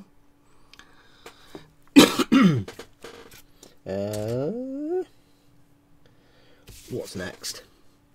Next we have the gluage of the face that needs to go in. If you have 2, it's not a mono eye though, is it? No, not if you've got 2. It's got one giant mono eye. 2 isn't a mono eye, 2 is normal, if you know what I mean. Stereo eye, says Paul. Hello from Mobile, Alabama, says William Rayborn. Hello, welcome. I pronounced it right. It's Mobile, Alabama, not mobile. Yeah, gotta love us Brits. We insist on people pronounce everything correctly and then we deliberately mispronounce everybody else's place names. Because we're British, we suck. What can we do? How are we going to change that? Now, what colour is the top of his head? The top of his head needs to be gold. Gold! Yes, we won't sing that out loud and get copyright struck. I'm going to leave his head like I did with the Imperial Knight. I'm not going to attach his head yet because I need to be able to paint that separately. And I can add that later on if I need to. Well, we'll stick it in there for now. Just plug it in snap fit. It's in there. Hello. He reminds me, for some reason, he reminds me of Igor from Duckula. Oh, nanny. So that's his head on. We need to make the melter gun or the heavy stubber. Let's see, what should we go for? Heavy, steady. Heavy stubber, 36-inch range, strength 4, AP none, damage 1. Melter gun, smaller range, 12-inch, but it has a strength of 8 and an AP of -4. If the target is within half range of this weapon, roll 2 dice when inflicting damage with it and discard the lowest result. Now, however, if my plan is to do long range damage with the auto cannons, then I'm not going to be close enough to use a melter gun. Well, I might be. I might get swamped. I don't know, melter gun with the -4 AP or heavy stubber. It's got 36-inch range. Can do a lot more damage from a long way away, but this can do a lot more damage if it gets swamped. Heavy stabber? No, not heavy stabber. He says if it's Foxx, it'll be plenty stabby. Jacob says, good night everyone, especially to me, Mr. Foxx. Drink now a coffee, please, before I sleep. Thanks, Mr. Foxx. Go on then.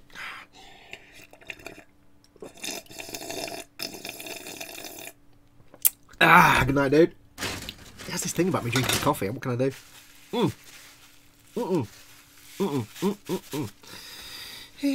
I'm missing a lot of chat, actually. Stubber. Aviad Madar says Stubber. Mark 400 says Heavy Stubber.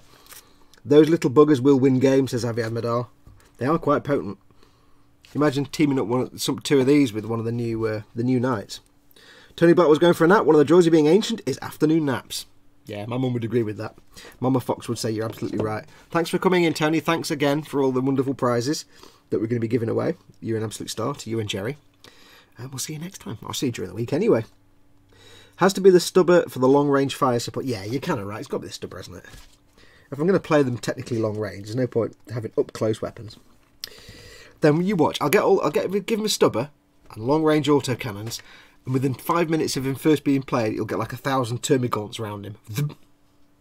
And he'll be like, oh, if I had a flamer. Yeah, the melter would work if you had the armature warglaves because they're more close combat. Yes, that's kind of why I'm thinking of the stubber. The warglaves are like the other version of this. They have more close combat weapons.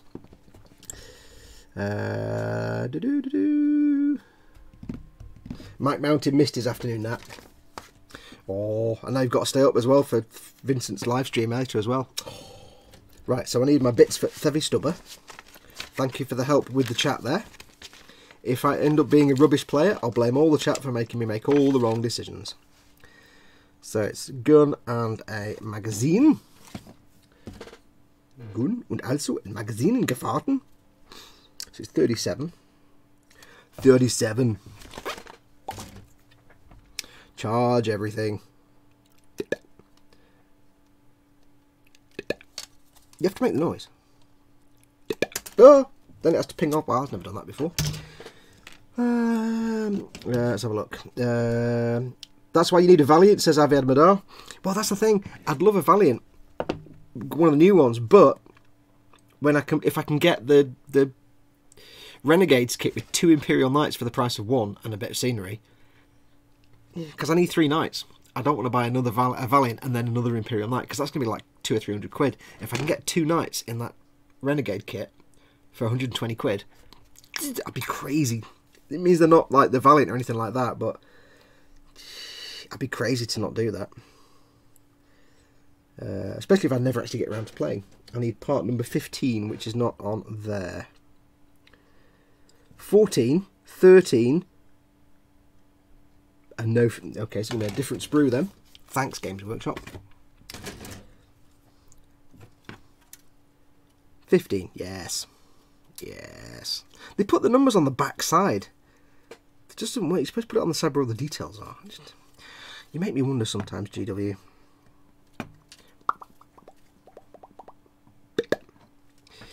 Ooh, ping. Stubber. We're building a heavy stubber.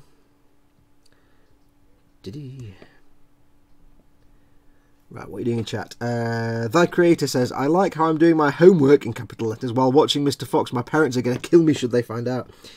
There's only one solution to that, dude. They never have to find out. What happens on the stream stays on the stream. Ah, nearly. Was that Stabity? Are we going to have blood? Let's have a look. Let's have a look. No, no blood. It was just a ping. It wasn't a stab. Never mind. Sorry, guys. No blood. No blood today. No carnage. Going to start my scratch spaceship with plastic medical waste details this week, says Earl D. Oh yeah, I saw that in the Boombot, I think, was it? You post up little bits of sort of medical waste, like cleaned out and emptied syringe tubes and bits of other things, and they look like great little greebles. If you're trying to scratch build something, use anything you can find. People have actually asked me in the past, is it okay to use X, Y or Z on a scratch build? I said, dude, use whatever you want. You might not know this. It's kind of old news and a lot of people know it, but when they made the Y-Wing models for Star Wars, There was a brand of ladies' tights, or hosiery if you prefer, if you're an older generation, called Leg, L''EGG, leg. And they were basically tights that came in a small, in a sort of plastic egg-shaped container. And you might be wondering why I'm telling you about this, because if you look at the front of the engine booms on the Y-wing, the sort of the nacelles on the front, the big round bits, they are half a leg container. So it was a container that had women's tights in. They took the pointy bit off, stuck that on the front, and that was the nose cone. That was the nacelles for the engines. You can use anything. Blood for the blood god, says Riser. No, no blood. Lol, I just stabbed myself, said Richard Gibbs. Dude, does that mean I did it and then passed it on to you and you got the injury instead? I mean, I can pass on these injuries? That's an awesome power. Pika pika. Oh, who was that? Dewey Smithy. Thank you very much, Dewey. He says, loading sincerity program error. Overheating, shutting down, Windows theme gets very loud. Thank you very much for that, dude. Really appreciate it. That's my health gone down a little bit. We're now down to... what are we on to? We're on to 55,257. It's coming down slowly. I knew it would take a few weeks. Just makes the way all that better.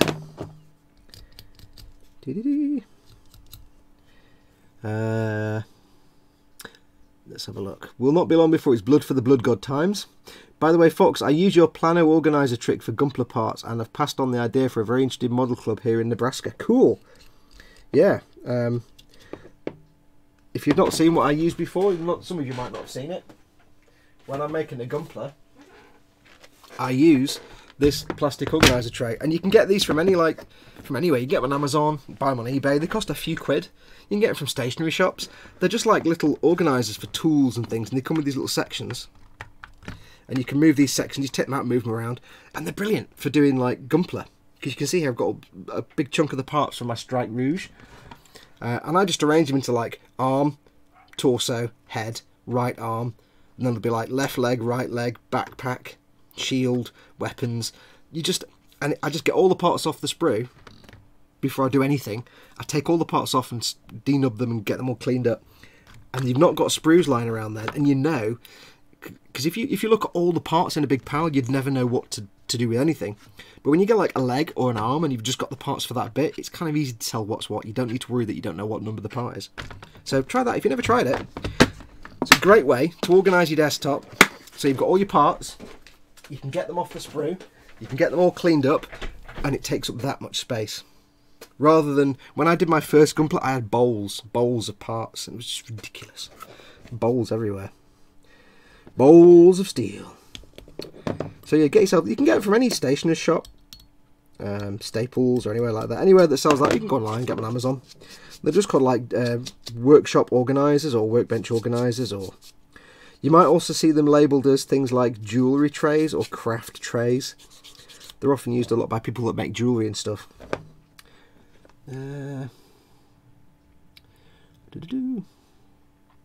Kinder Egg toy cases, I have about 40 of them, says Earl D. Yep, you can make all kinds of things. You can make little Y-wings out of those. Like the hairdryers used on Blake 7. Oh god, yeah. The BBC was a master of recycling stuff to look like stuff it wasn't. Insofar as it always was really obvious what they'd used. It's a space gun! No, it's a hairdryer. The back of a Mack Falke is a Yakult bottle. I like that. The Maschinen Krieger Falke. That's like the I know which one that is. I can't explain it, but it's a Yakult bottle. Kick ass. I'm going to wait for the stickers, Mr. Fox. See you all next time. Bye bye for night, Mr. Fox. Night. Good night, matey. Sleep well. Thanks for coming in as always. Bless him. He does like it when I drink coffee, and I have no idea why. I could get worried about that, but I don't. Dee-dee-dee. Jedi communicators are ladies' Gillette razors. Get them at Poundland, says Earl D. Yep, you find them at, like, well, if you're in the UK, places like Poundland. If you're in the US, places like Dollar Tree and other sort of, you know, dollar shops, thrift shops and stuff. You find them all over. They just do make them, your model making life so much easier. And you can use them for anything. Anything where you can't build the model completely straight away, like a Gumpler. Right, so this needs to go in there. They're just super easy and awesome. That needs to go on upside down like this, you see? Okay, there's a bit there that doesn't seem to relate to anything. That has no... Okay, so I see now. Stubber. I like the way they call it a stubber. I was actually shocked to read on one of the prizes that was sent to me by... I can't remember if it was Tony's or Jerry, so I do apologise. The big French, I think it was the French tank thing, but I can't remember which. It described, it says, it's got this kind of cannon on the front, and this and that, and it's also got a such and such millimetre auto cannon. I'm like, wait, this is Warhammer? I didn't know auto cannons were a thing. I thought they were all made up names for Warhammer weapons. And I did find out something interesting today. I didn't know this because I don't know all the background lore.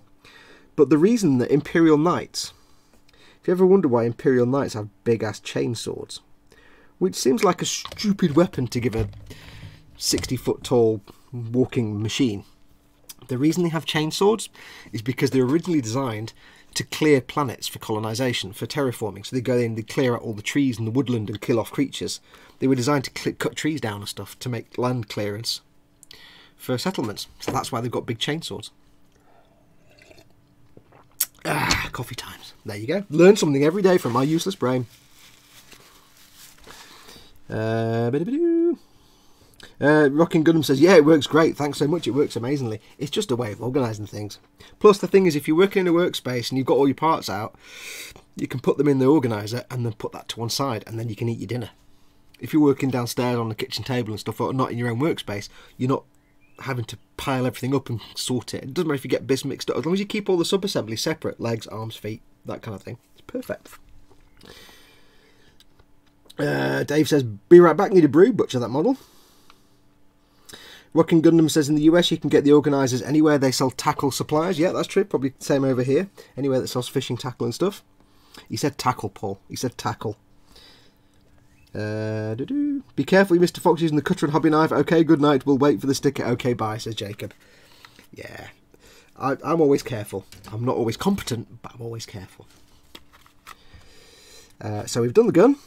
We are not going to glue on the armour there yet. We're not going to glue on the leg armour because we need to keep that. Oh, that's it. Okay. So the next step is, quite simply, we need to glue this on the leg of this seat. No, I didn't do. Oh, you know what I didn't do?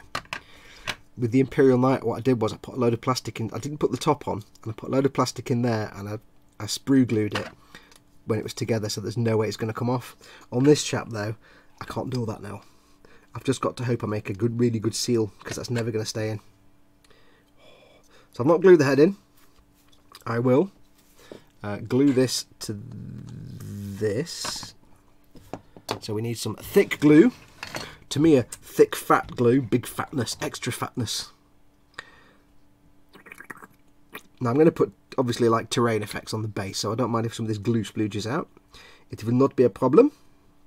In reality, when I do the terrain, I'll probably make it like the foot has sunk into the ground a little bit anyway. So we'll get that kind of in the middle. Kind of in the middle, a little bit there, you see. Give it a minute to stickage. I haven't cleaned the seam lines on the legs yet, so I'll do that once these are glued and this is set in place. I won't do it yet because I'll just end up snapping this off the base. But once this is glued onto the base, it'll be welded there permanently, so I can go and clean all these seam lines off. I hadn't forgotten, don't worry. I'm just eager to get it done because I'm like, yes, I can build it, it's exciting.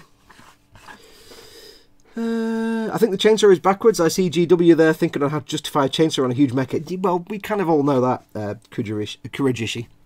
That's kind of accepted that they backfill the fluff. Oh yeah, the reason you've got this is because of the... Yeah, that's kind of obvious. Hey, Mr. Fox, you drink coffee instead of tea? I did hear that right, says Dewey Smithy. Yeah, I don't really like tea. I love coffee. Oh. But one of my followers is actually sending me, apparently, at some point. Because SpiddyQ8, who's in chat, sent me a big selection of awesome coffees. He said he would send me a big selection of awesome teas. Because I said I wasn't a big tea drinker. He said, I will send you some of the finest teas and you may drink them and tell me what you think. So I'll have to do that. I don't mind tea. I don't dislike it actively. It's just it's not my drink of choice. I'd rather have a coffee and wake up a little bit than a cup of tea. I don't mind a cup of tea. I'll have a cup of tea if I'm having some fish and chips or something like that sometimes. But I much prefer coffee. I know tea has more caffeine than coffee, but my brain thinks it gets more caffeine from coffee because it's a special brain, a bit stupid. And also, my brain hates me, in case you've never noticed that. Right, so that's that glued on there. Again, don't worry about these honking great seam lines. I will be sanding those down and filing them away once this is all set. Hi, Mama Fox, if you're watching, says Lynn. She's actually snoozing at the minute. She's having a snooze.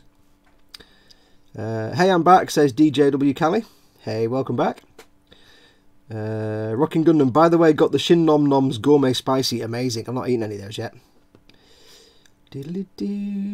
Bald Evil Screeches in the background.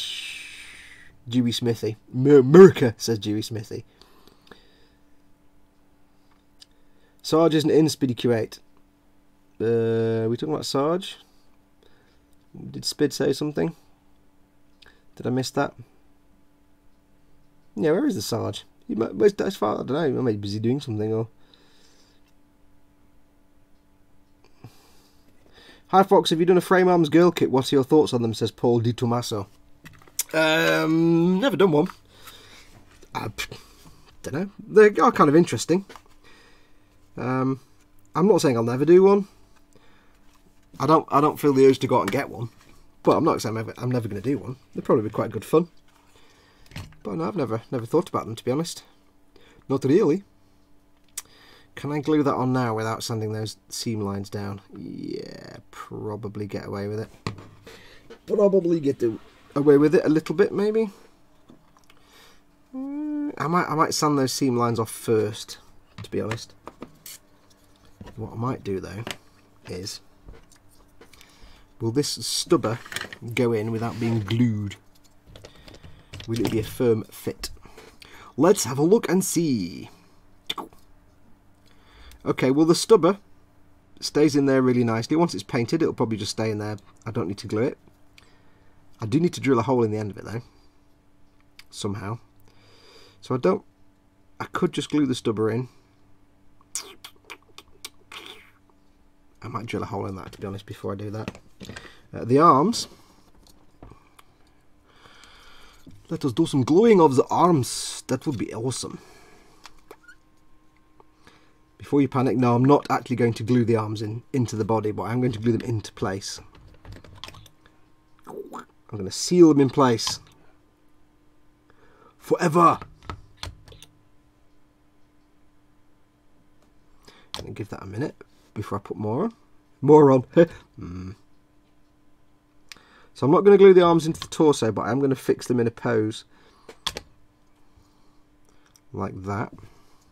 He can sit there. This one can go on that side.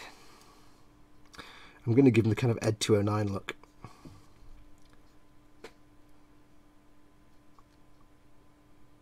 Because he's going, oh, he's like pulling his gat out. He's like, don't make me pull my gat. Even though he's already got his gat out because it's permanently out. Let's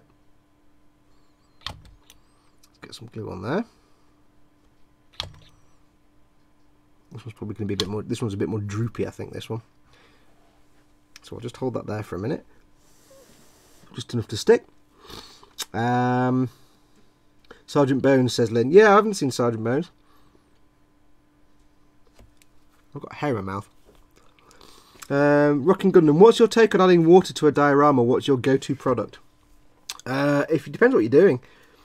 If you want to add like little puddles, well, it depends really. I mean, anything you want to add that's going to be water, probably your best bet is resin.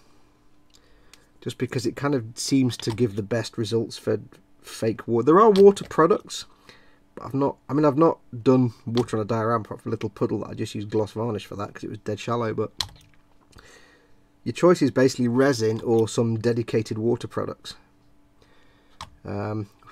And probably either are just as good. I haven't got an opinion either way on any of them, to be honest.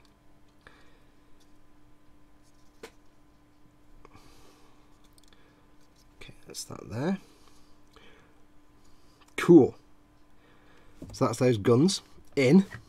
They'll stick out like that because he's not going to be like holding them in. He's going to be sticking them out and going, whoa, brap. Brap, monkey fluffers. It's like a spaceship. It's like a really crap Warhammer Cylon ship. Moving on. I'm making spaceship noises now. Hee droopy, says Paul. Yes, very good. Luke's APS has some good videos on resin water. There's quite a few tutorials out there. Have a look at lots of model railroad web channels as well. They often do that. Mark 400 says, are you thinking about magnetising some of that stuff, Fox? I did for my Tau battle suits and it helps a lot for options, so I don't have to commit to a single setup for them. I've thought about it, but I'm not that fussed. The chances are that either I'll never actually get to play anyway. More coffee. And I shall take a little break while this glue is drying. The chances are I'm not going to actually get any time to play anyway, or never get around to playing, because I don't know anybody that plays. Apart from the odd game at my local Warhammer shop, which I'll probably get a chance to do. And if I do, even if I get to play, I'm probably so damn inept anyway that it doesn't really matter what I put on a vehicle. But I'm going to try and pad out my choices nicely, so I've got, you know, I'll have different weapons on the different nights. I'll have, you know, if I've got one Lehman Russ. If I have a few of them, I'll put different cannons on those and stuff. So I'm not really that fussed. I've got some magnets for the Lehman Russ that I might make changeable, because that's a fairly easy job. You just put some magnets inside it and you can change the turret out. But for the rest of them, no, I've not magnetised the night or anything like that. It's mostly pure laziness, because this is just a kind of fun thing for me.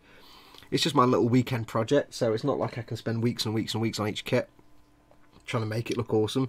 And at the start I was saying it's not going to be like a show quality build or anything like that. When I get these painted, it's going to be, I've not got rid of every single nub mark and seam line. I've done a good job, but I've not made them perfect, and I'm just going to brush paint them. It's just for fun, just for funsies. Rocking Gundam, haven't used Vallejo yet. I hear they are great products. The water ones, yeah, I haven't tried those yet. Mickle Pickle says he has some Vallejo paints and they love. Yeah, Vallejo paints are good. Dadster says apparently you can get a bulk quantity of water resin a lot cheaper than the scenic stuff if you search around a bit. Rocking Gundam says thanks, chat. Also, it's also worth having a look at go to your local hobby store and look for Mod Podge. Mod Podge, MOD, new word, Podge, Mod Podge. That's also often been quite used quite a lot by diorama makers and scenery makers to make like water effects for like oceans and things like that. Magnets can help for transport, says Mark 400. They certainly can. At the moment, I've got all my dudes squished into a skirmish case, and all my physical dudes actually fit in that quite nicely. I've got nothing for my vehicles though, so that might be something I'll look at later. I mean, like I say, I've not glued in his arms into the torso. I've just glued them in place in a pose, so I can still take those arms off. On the night, it's the same. I can remove the arms. I've not thought that far ahead yet. It's gonna be a long time before I actually get to the point of even being able to play. DJW Calio 7 says I heard you can use transparent silicon to make water effects in dioramas. Mike Mountain, Dad says yep. Again, I've not really got any experience of doing water, only what I've seen other people do. What else are we doing in chat? Okay, well, I think we're caught up with the chat. Feel free to ask questions in chat and stuff, because I need stuff to talk about while I'm sitting here not working. Anybody who's just joined us again, I know I keep going through it, but you never know who's joined. If you're watching and you can't access the chat, just click on the little YouTube icon down here in the bottom right hand corner. That'll take you to the YouTube page where this is streaming, and the chat is on the right hand side. Join in the chat. We've done all the sticker giveaways, but join in the chat anyway. If you would like to help get my health down for the stream boss up here, then you can either do a super chat by pressing the little dollar symbol in the chat window. That takes my health down a little bit. Or you can do a tip to the tip jar, streamlabs.com/modelmakinguru. That takes my health down. Or you can just subscribe to the channel if you're not already subscribed. That takes a little bit of my health off. And whoever gets me to 0 becomes a stream boss, and they will win a Warhammer kit of their choice that I will buy for them. Or other kit, we can have that discussion. So what is going on? What is going on? I haven't smelled silicone, haha, because Mike Mountain says, bit smelly though.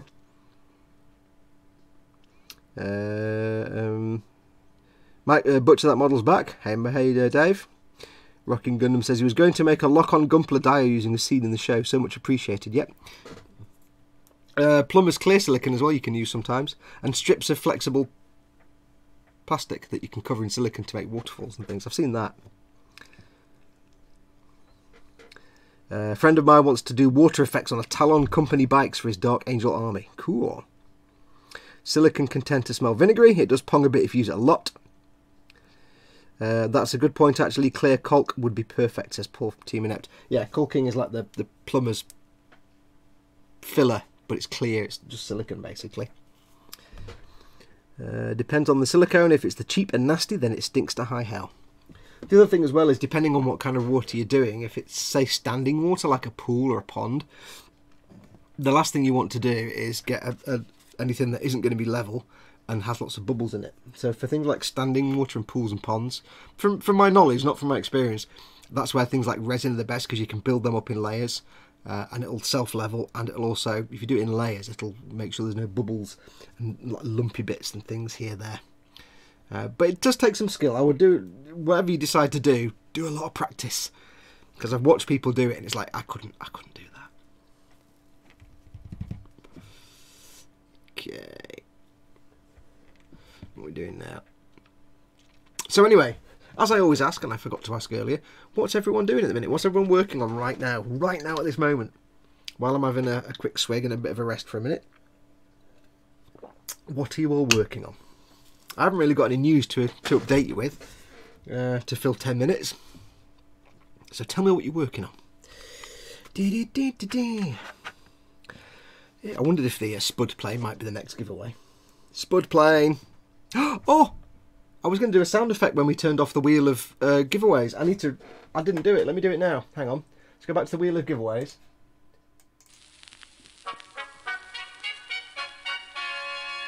And then what I was going to do was, when we left the wheel of giveaways, it would do this.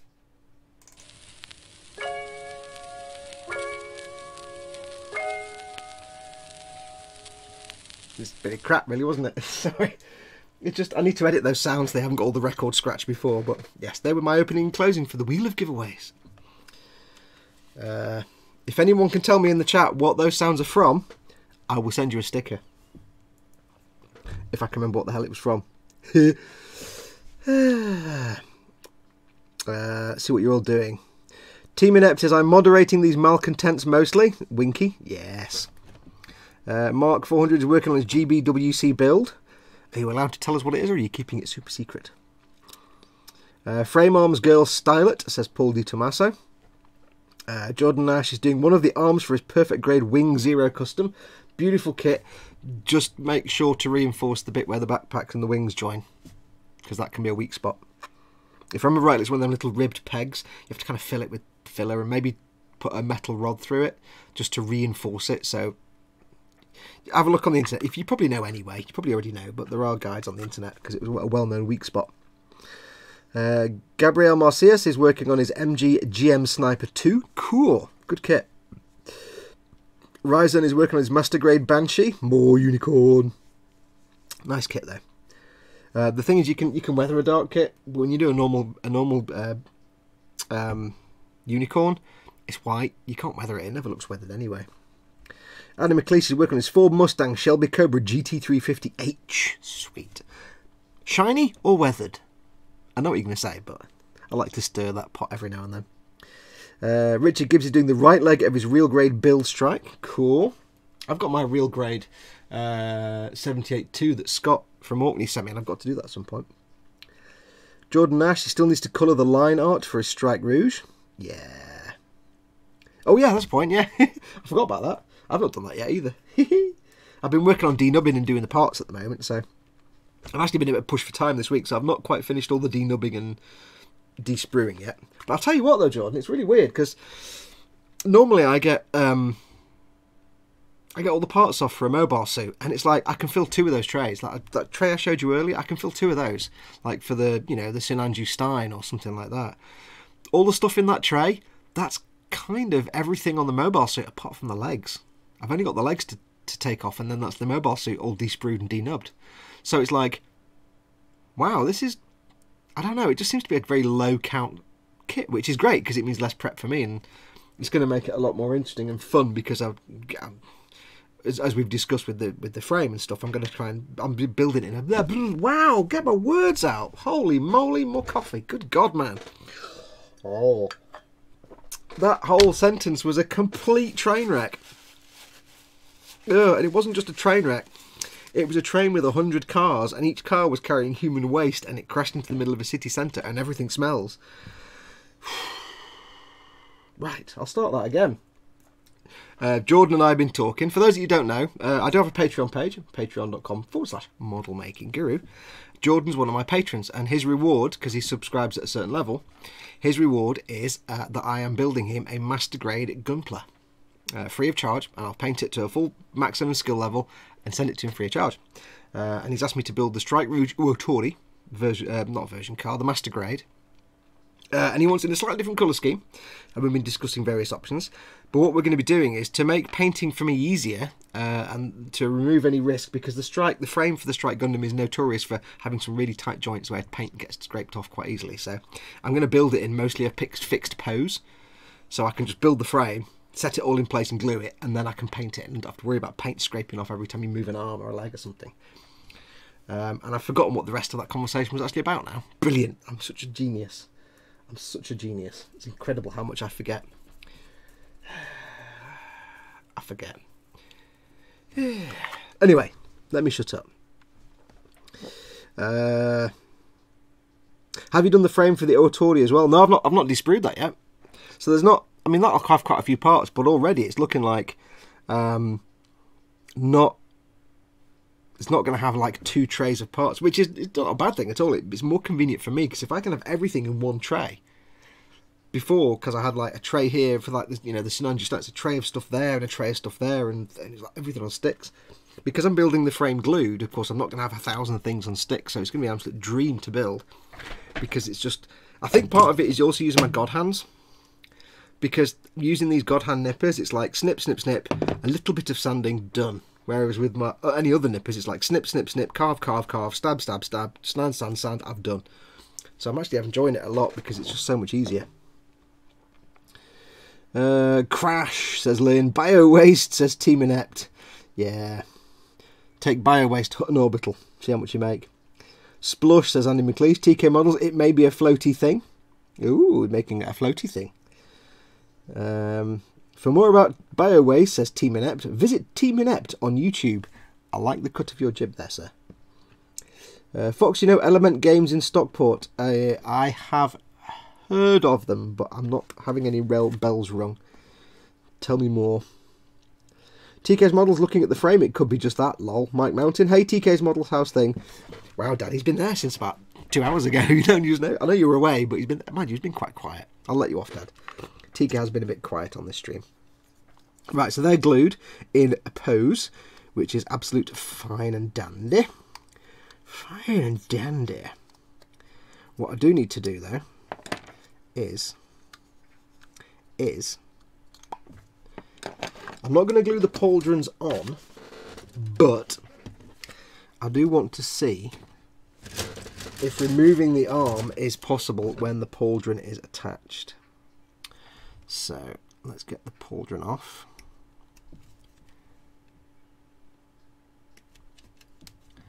Sprue and have a look. If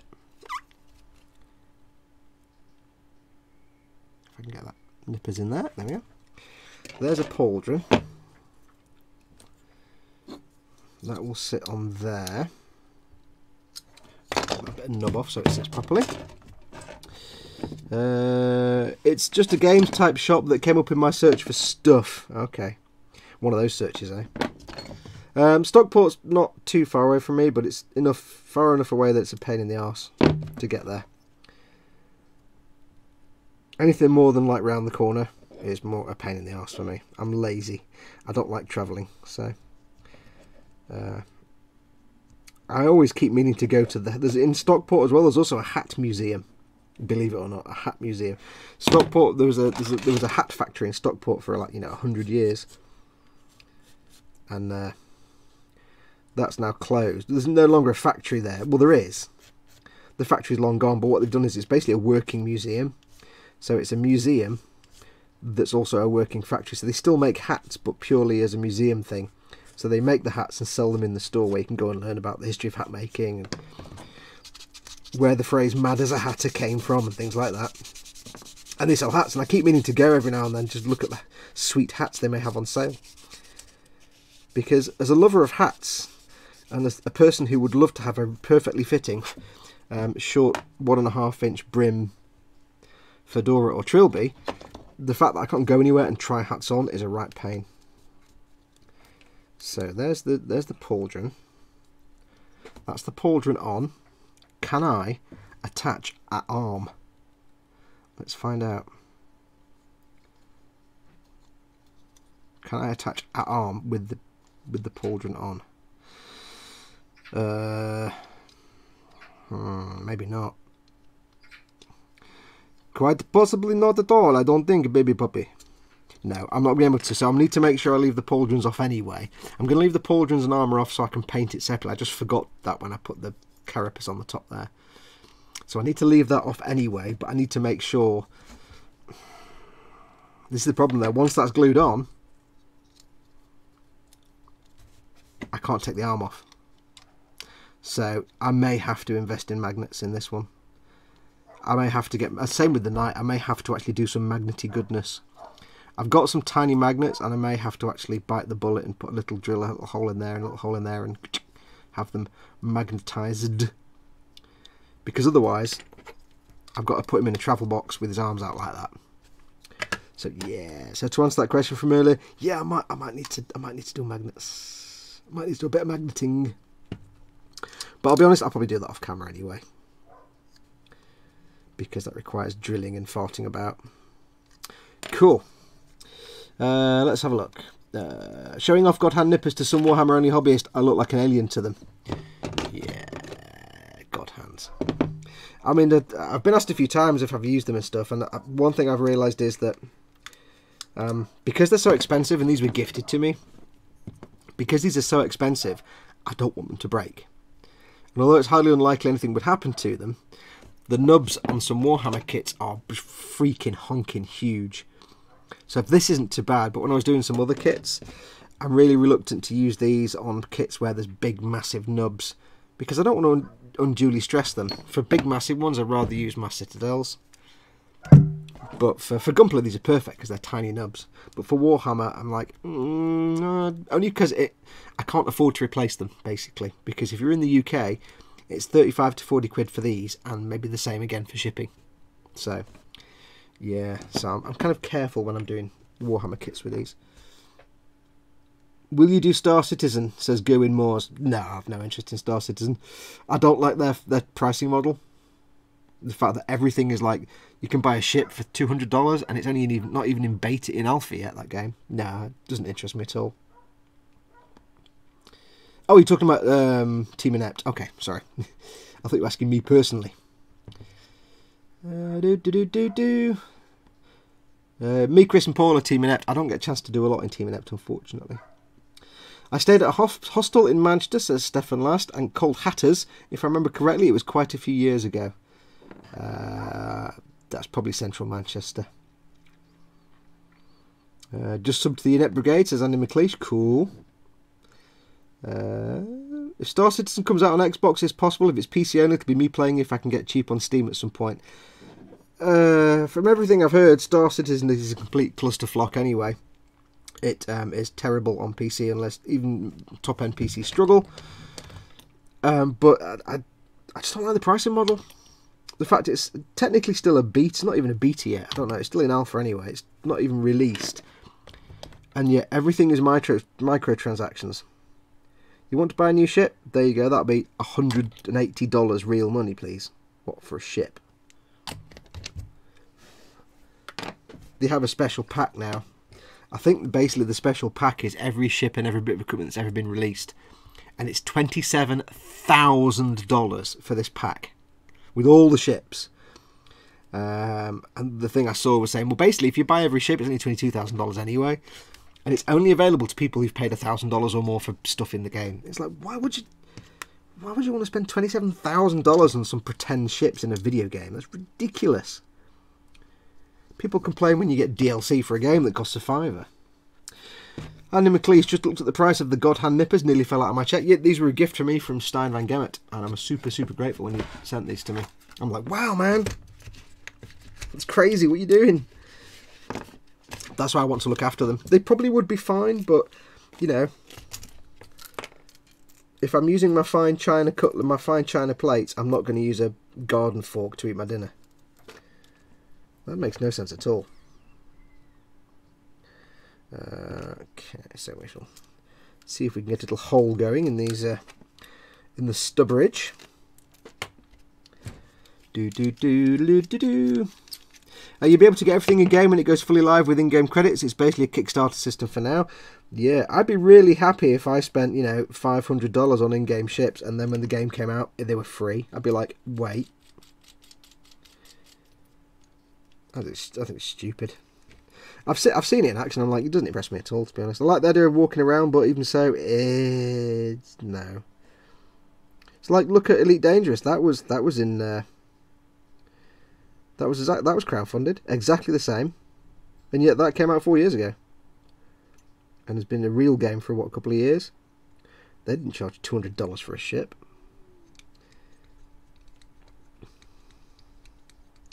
I don't know, it just seems a bit stupid to me. It doesn't seem to interest me. There doesn't seem to be anything from what I've seen. I've not played it. From what I've read and heard, it doesn't seem to be anything in it is outstanding enough to warrant my interest. Whereas Elite Dangerous is made by British people. It's a British game by British developers, and therefore it's fantastic and awesome anyway. And has history. I think Star Citizen is just kind of a joke at the moment. I think to most people that don't play it, they just see it as kind of a joke. It's like the most expensive vaporware. I know it exists and you can play it, but will it ever come out? They've had like, what, 5-6 years? It doesn't take that long. Unless there's like 3 people doing the whole game. Which I suppose is impressive, but still. You know what? It should be out by now. And I've no interest in EVE Online, because EVE Online is just far too intimidating for me. It's basically spreadsheets in space. It's Excel in space. There you go, barrel drilled out. Sort of. Weird, that. Weird little barrel on that gun. I shall in fact just glue this onto here, I think. Or shall I? Shall I? I don't know. I shall... I'll leave it off for now. I can always come back and glue it later. Oh, it's itchy nose. There's no other gun to drill out because these things already have a hole down the middle. Need to clean that out though. There we've got a big fat hole. Haha, I said nips. It says Night Mountain. Fox, you would use a garden fork. All those noodles. Yeah. Don't agree with paying for a game that's not even finished yet, says Andy McLeish. Yeah, I mean, I don't have any problem with, like, you know, supporting and funding something, like you say, that kind of thing where it's a pre-release fund, you know, where you're backing the project to make it developed. I don't disagree with that at all, like a Kickstarter. That's fine. But if you're going to do that and then charge money for stuff in the game as well, you're saying, hey, you have to pay us to be able to test the game for us, and also can you buy all the stuff that's in the game while you're testing the game for us. Done cleaning at work, says Rinks. Yay. Yes, but people buying those ships are fully aware of what they're buying into. They're not hiding that you'll get in-game. Yeah, well, that is true. They just say, you want this ship, it's 5,000 billion pounds. They're not hiding it in a loot box, which is even worse. Yes, Britishness. Andy Parson, Mock the Week. Yes, Britishness. I would have bought Elite Dangerous even if I didn't like it because it's British. Because, of course, I'd buy every British game. I'll stick to playing World of Warcraft, says Zadster. You should try some Elite Dangerous, man. It is jolly good fun. Thing is, Fox, there's games, all the games you've made it big with even longer dev periods, but they usually don't get announced before being anything more than a concept plus vaporware. Yeah, that's the thing. A lot of things like that crowdfunding stuff, they'll do a lot of work before they even make anything available. Like, you know, was No Man's Sky? That wasn't crowdfunding. Well, it was at first, I think, but then they got bought by Sony. But there's lots of games where they do crowdfunding, and then it's like a couple of years later they then have an alpha or a beta that you can go and try out. But yeah, No Man's Star Citizen was like, hey, we're going to do a game, give us all your money, brilliant, now we'll just put up some random code and it won't work and it'll be bust. But you can't argue with the work they've done on the Crytek engine and pushing graphics development to a new edge. That engine has now gone on to make other great games. Oh, the Crytek engine's fantastic. I can't say I've seen anything from Star Citizen that makes me moist in the pants area, though. It just looks like a nice CryEngine game. It looks fine. I don't know. I've not played it. I just have no intention of playing it. It's not. It would be my kind of game, but all the way they handle money just rubs me up the wrong way. I shall be honest and say, it just doesn't sit well with me. I'm sure I'd like it if I played it. Right, where did I get that pauldron from? I got the pauldron from a place. It's there. That was number 8. For pauldrons, I need 8 and 8. Excellent. I may as well get these parts off and cleaned up, even though I'm not going to put them on. Let's put it on. I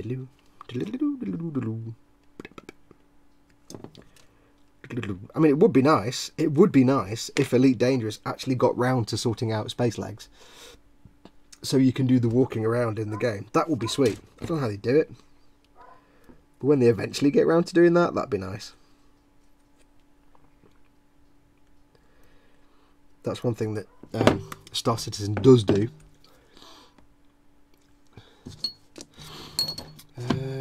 DJW Cali says, I'm going to sleep now, it's almost 1 AM here. As always, good luck, Mr. Fox, and enjoy everyone. I try and enjoy everyone as much as possible, but it doesn't always, well, it's not always legal, so there you go.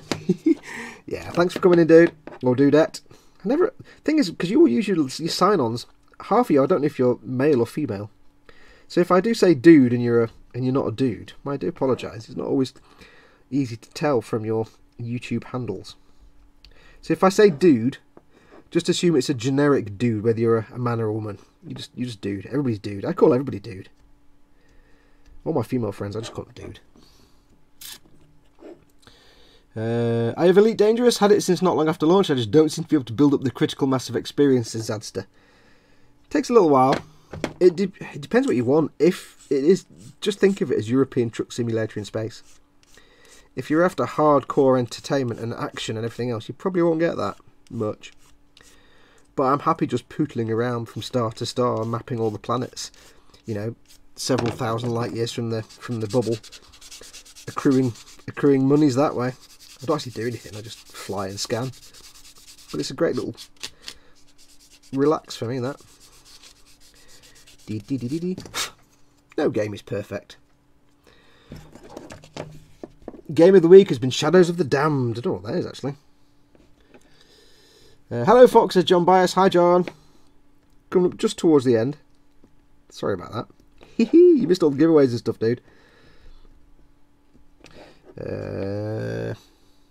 Dude is gender neutral, Fox, says Ryzen. Well, it is in my mind, so that's why I use it. It kind of isn't, but it is. I call everybody dude. And the thing is, the reason I say dude and amigo a lot to people is because I actually have the world's worst memory for names. It doesn't mean that I'm not paying attention to someone who's talking to me or that I don't care. It just means I have the world's worst memory for names. And so out of habit and self-preservation, I've just always used like words like dude and amigo and mate. Just because I know there's no chance of me remembering someone's name. It takes me a long time to just... It's really weird. Even people I know really well, I can forget the name. But just, there's a part of my brain that just doesn't store names. It takes a long time to actually get that bit of memory registered. It's just the way I am. I'm a dude, haha. Anyway, cheers, says DJ. Cool. My game of the week is the same as always. Skyrim with breaks of Fallout 4. Yeah, says Butcher that model. Good man. Fusroda, Monkey Fluffer. Get this bit cleaned up, and then we'll probably call it quits for today, I think. I need to stop the stream at some point, because I need to go and watch Vincent's birthday present thingy. Yay! Now, I mentioned it at the start, but for anybody who wasn't here at the start, Vincent, aka Mr. Loath's Model Making, who I think is still in the chat, our crazy little Belgian friend, or German or Dutch or Spanish, whatever he is. I know. He's probably growling right now. It's his birthday on Monday, and he's like 12 years old or something. So myself and Dave and Colin and Dad and John and Smoo, what we do is we have a little group and we all do a collection for our birthdays in the little group, and we all get the birthday presents with that collection for the person's whose birthday it is. So, like, you know, I think Dave's had his, Vincent's is on Monday, and so on and so on. So we all get each other little blocks of presents, and it's Vincent's turn now because it's his birthday on Monday, and he's 14 or something. So what's going to be happening is my stream's going to finish very shortly when I finish this bit and done my wrap up. When the stream finishes, if you read the description below the video, because don't forget we've got the giveaway for the Spud plane.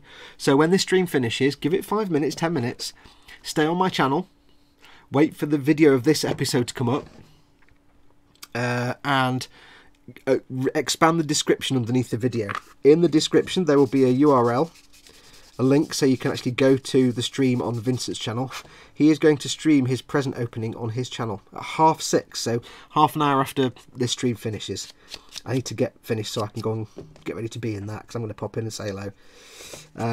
So do click on the link in my description, the video description. I think it's down there now anyway. You can see it if you expand it now. Do it now. Go on, do it now. No, go on. So make sure when this is finished to go along and pop along and watch that.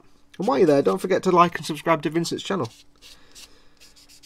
So we should go and do that. I don't know how long I'll be in there because I've got to go and make me tea at some point. So I'll probably just pop in and say hi and watch him open some of the presents. I kind of know what some of the things are, and I don't know what the other ones are, so I kind of know what we've got a bit. How on earth do you cook tofu, says Kurt Flughorn. What you do is you get the packet, you put it in the bin, and you go out and buy not tofu. Is that helpful? I think you just fry it. I think you can grill it, or you can put it in a frying pan and stir fry it. Just treat it like a block of mushroom, basically. Grill it or fry it, I think. It's actually quite nice, Tev. I don't mind it. Nah, I banned him, says Paul. I don't know what that was. No, you have the second worst memory of names, Rabbit. I mean the worst. Stefan last says he has the worst. Fox, I'm working on my armature Helverin myself. Cool. Don't do like me and glue the arm bits upside down. It still works, it's the wrong way around. And don't glue the carapace on the top, because that'll be interesting when I paint it. And don't forget to take all the seam lines on when you're gluing the legs onto the base. I kind of made out that I planned for that, but I didn't. I actually forgot to do all the seam lines, so I've got to scrape all them off when this is dried. And don't glue, if you want to be able to transport it anywhere, don't glue the shoulder pads on, the pauldrons, and then, because once they're on, you can't get these in and out. But they are sweet. It's a really sweet little kit. Playing Monster Hunter World for a while with the side of a Divinity Original Sin on the side. Ooh, yeah. Vincent says he's still setting up for the live stream. He's 28. 28 tomorrow. 28 months. Now, we all kind of take the mickey out of Vincent. He's not really 14. He's a sound bloke. Yeah, that's a fake ID, says Paul. Zone of the Enders 2 on PS3 next week. They have a PS4 version coming as well. Do I buy it for a third time? If it's your thing. I've got like 4 copies of Borderlands. Grill. Fry it. Gerwin says grill it. Zadster says cool. I don't think he means cool. Tofu. Rinks says fry it. Butcher that model, who is a butcher. And why are you answering? Actually, I just read the comment. Butcher that model, Dave says, you burn it in a pan, chuck it in the bin, and buy some meat in big capital letters. Dave was telling me last night that there was a moment when he's a butcher. He works as a butcher in a butcher type thing, and somebody came up and said, "Where's your tofu?" I'm a butcher. What the hell? Don't eat tofu, says Lynn. I'll open a window and park myself there, says Adster. You can steam tofu, put a nice sweet and sour spicy. So I don't mind. It's actually quite nice tofu. It's just a bit. It's not meat. Vincent says he'll also be announcing his next video build since I promised to build one of the things I got as the next video build. Jerry says, sorry all been invaded by in-laws, got to head off and hide Fox. A pleasure as always, and to you, son. Thank you so much for all the prizes that you donated. They will be going out, obviously, over the coming weeks. So thank you very much, dear. And to Tony, who sent them as well. As I always say, by the way, and I forgot to mention this, if you are a retailer or a manufacturer of model kits or model products or anything like that, and you watch this stream for some weird reason, and you'd like to get some free PR, feel free to drop me an email. I'll put my email address up. There you go. Where is it? It's there. Drop me an email. I will be more than happy to accept things, your products or your kits or whatever, and give them away as prizes. I'm more than happy to do that, and you get a shout out and everything. So do feel free.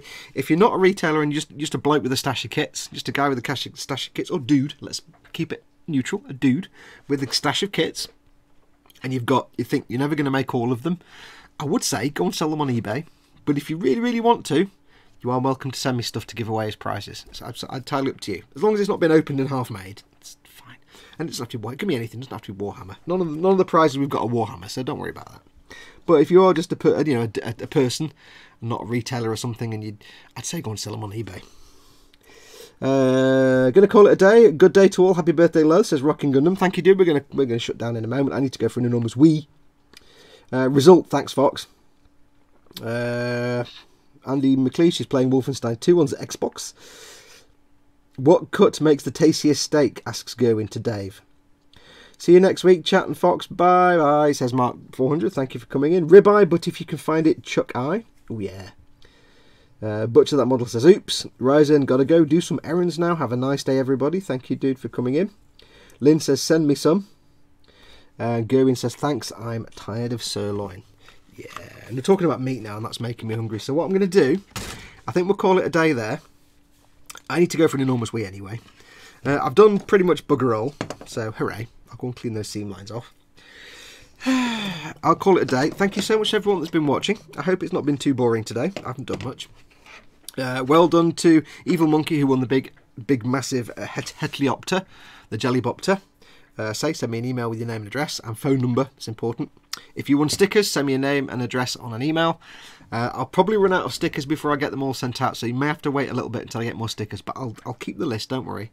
And I should hopefully be doing all the posting out of prizes and stickers in the next week or so. I do have to wait a few weeks because I only go to the post office once or twice a month, so there's a bit of a wait, but you do get your prizes, don't worry. Don't forget, of course, if you want to win the Spud plane, wherever I put it, I've put it somewhere. If you want to win the Spud plane next week, the 148th words, talking nonsense. 140. I'm talking really fast today. I'm sorry. The 148th I-16 Type 24 Polycarpov. If you want to win this, just put a comment on this live stream when it becomes a normal video. Wait till it's rendered. Put a comment on there. I think you just said make a comment about potatoes. And again, next week we'll pull a random winner and see who wins. But that's going to do it. So thank you so much for watching. Thank you to Terry and Tony, Jerry even and Tony, who sent in prizes to give away. I will try and get some more work done and some videoing done for the Strike Rouge. I haven't started videoing it yet because I'm still doing the denubbing. And hopefully have that up during the week for you. Don't forget tomorrow night, eModels live stream, 9 PM, BST, me and Chris. I think Ted's still in the middle of settling in, so he's not going to be there, I don't think. That's tomorrow. But we'll see you all next week, so don't forget for the Warhammer stream next week. I'll stop talking now, because I really am talking nonsense. I'm just putting words in random orders. Thank you to everybody who watches. Make sure to go and have a great week. Go and say Happy Father's Day. This is Happy Anniversary then. Don't forget, Happy Father's Day to all the dads out there. And go and say Happy Father's Day to your dad. Get him a beer, get him a pint. It's always worth it. He'll put you in the will, and then you're safe. Anyway, I'll shut up. Take care of yourselves. Go make something awesome, like this. Go be awesome, you there, waving finger. And until next time, adios amoebas. I always try and do it like this, but then I have to press buttons and it never works. Hang on, hang on, hang on.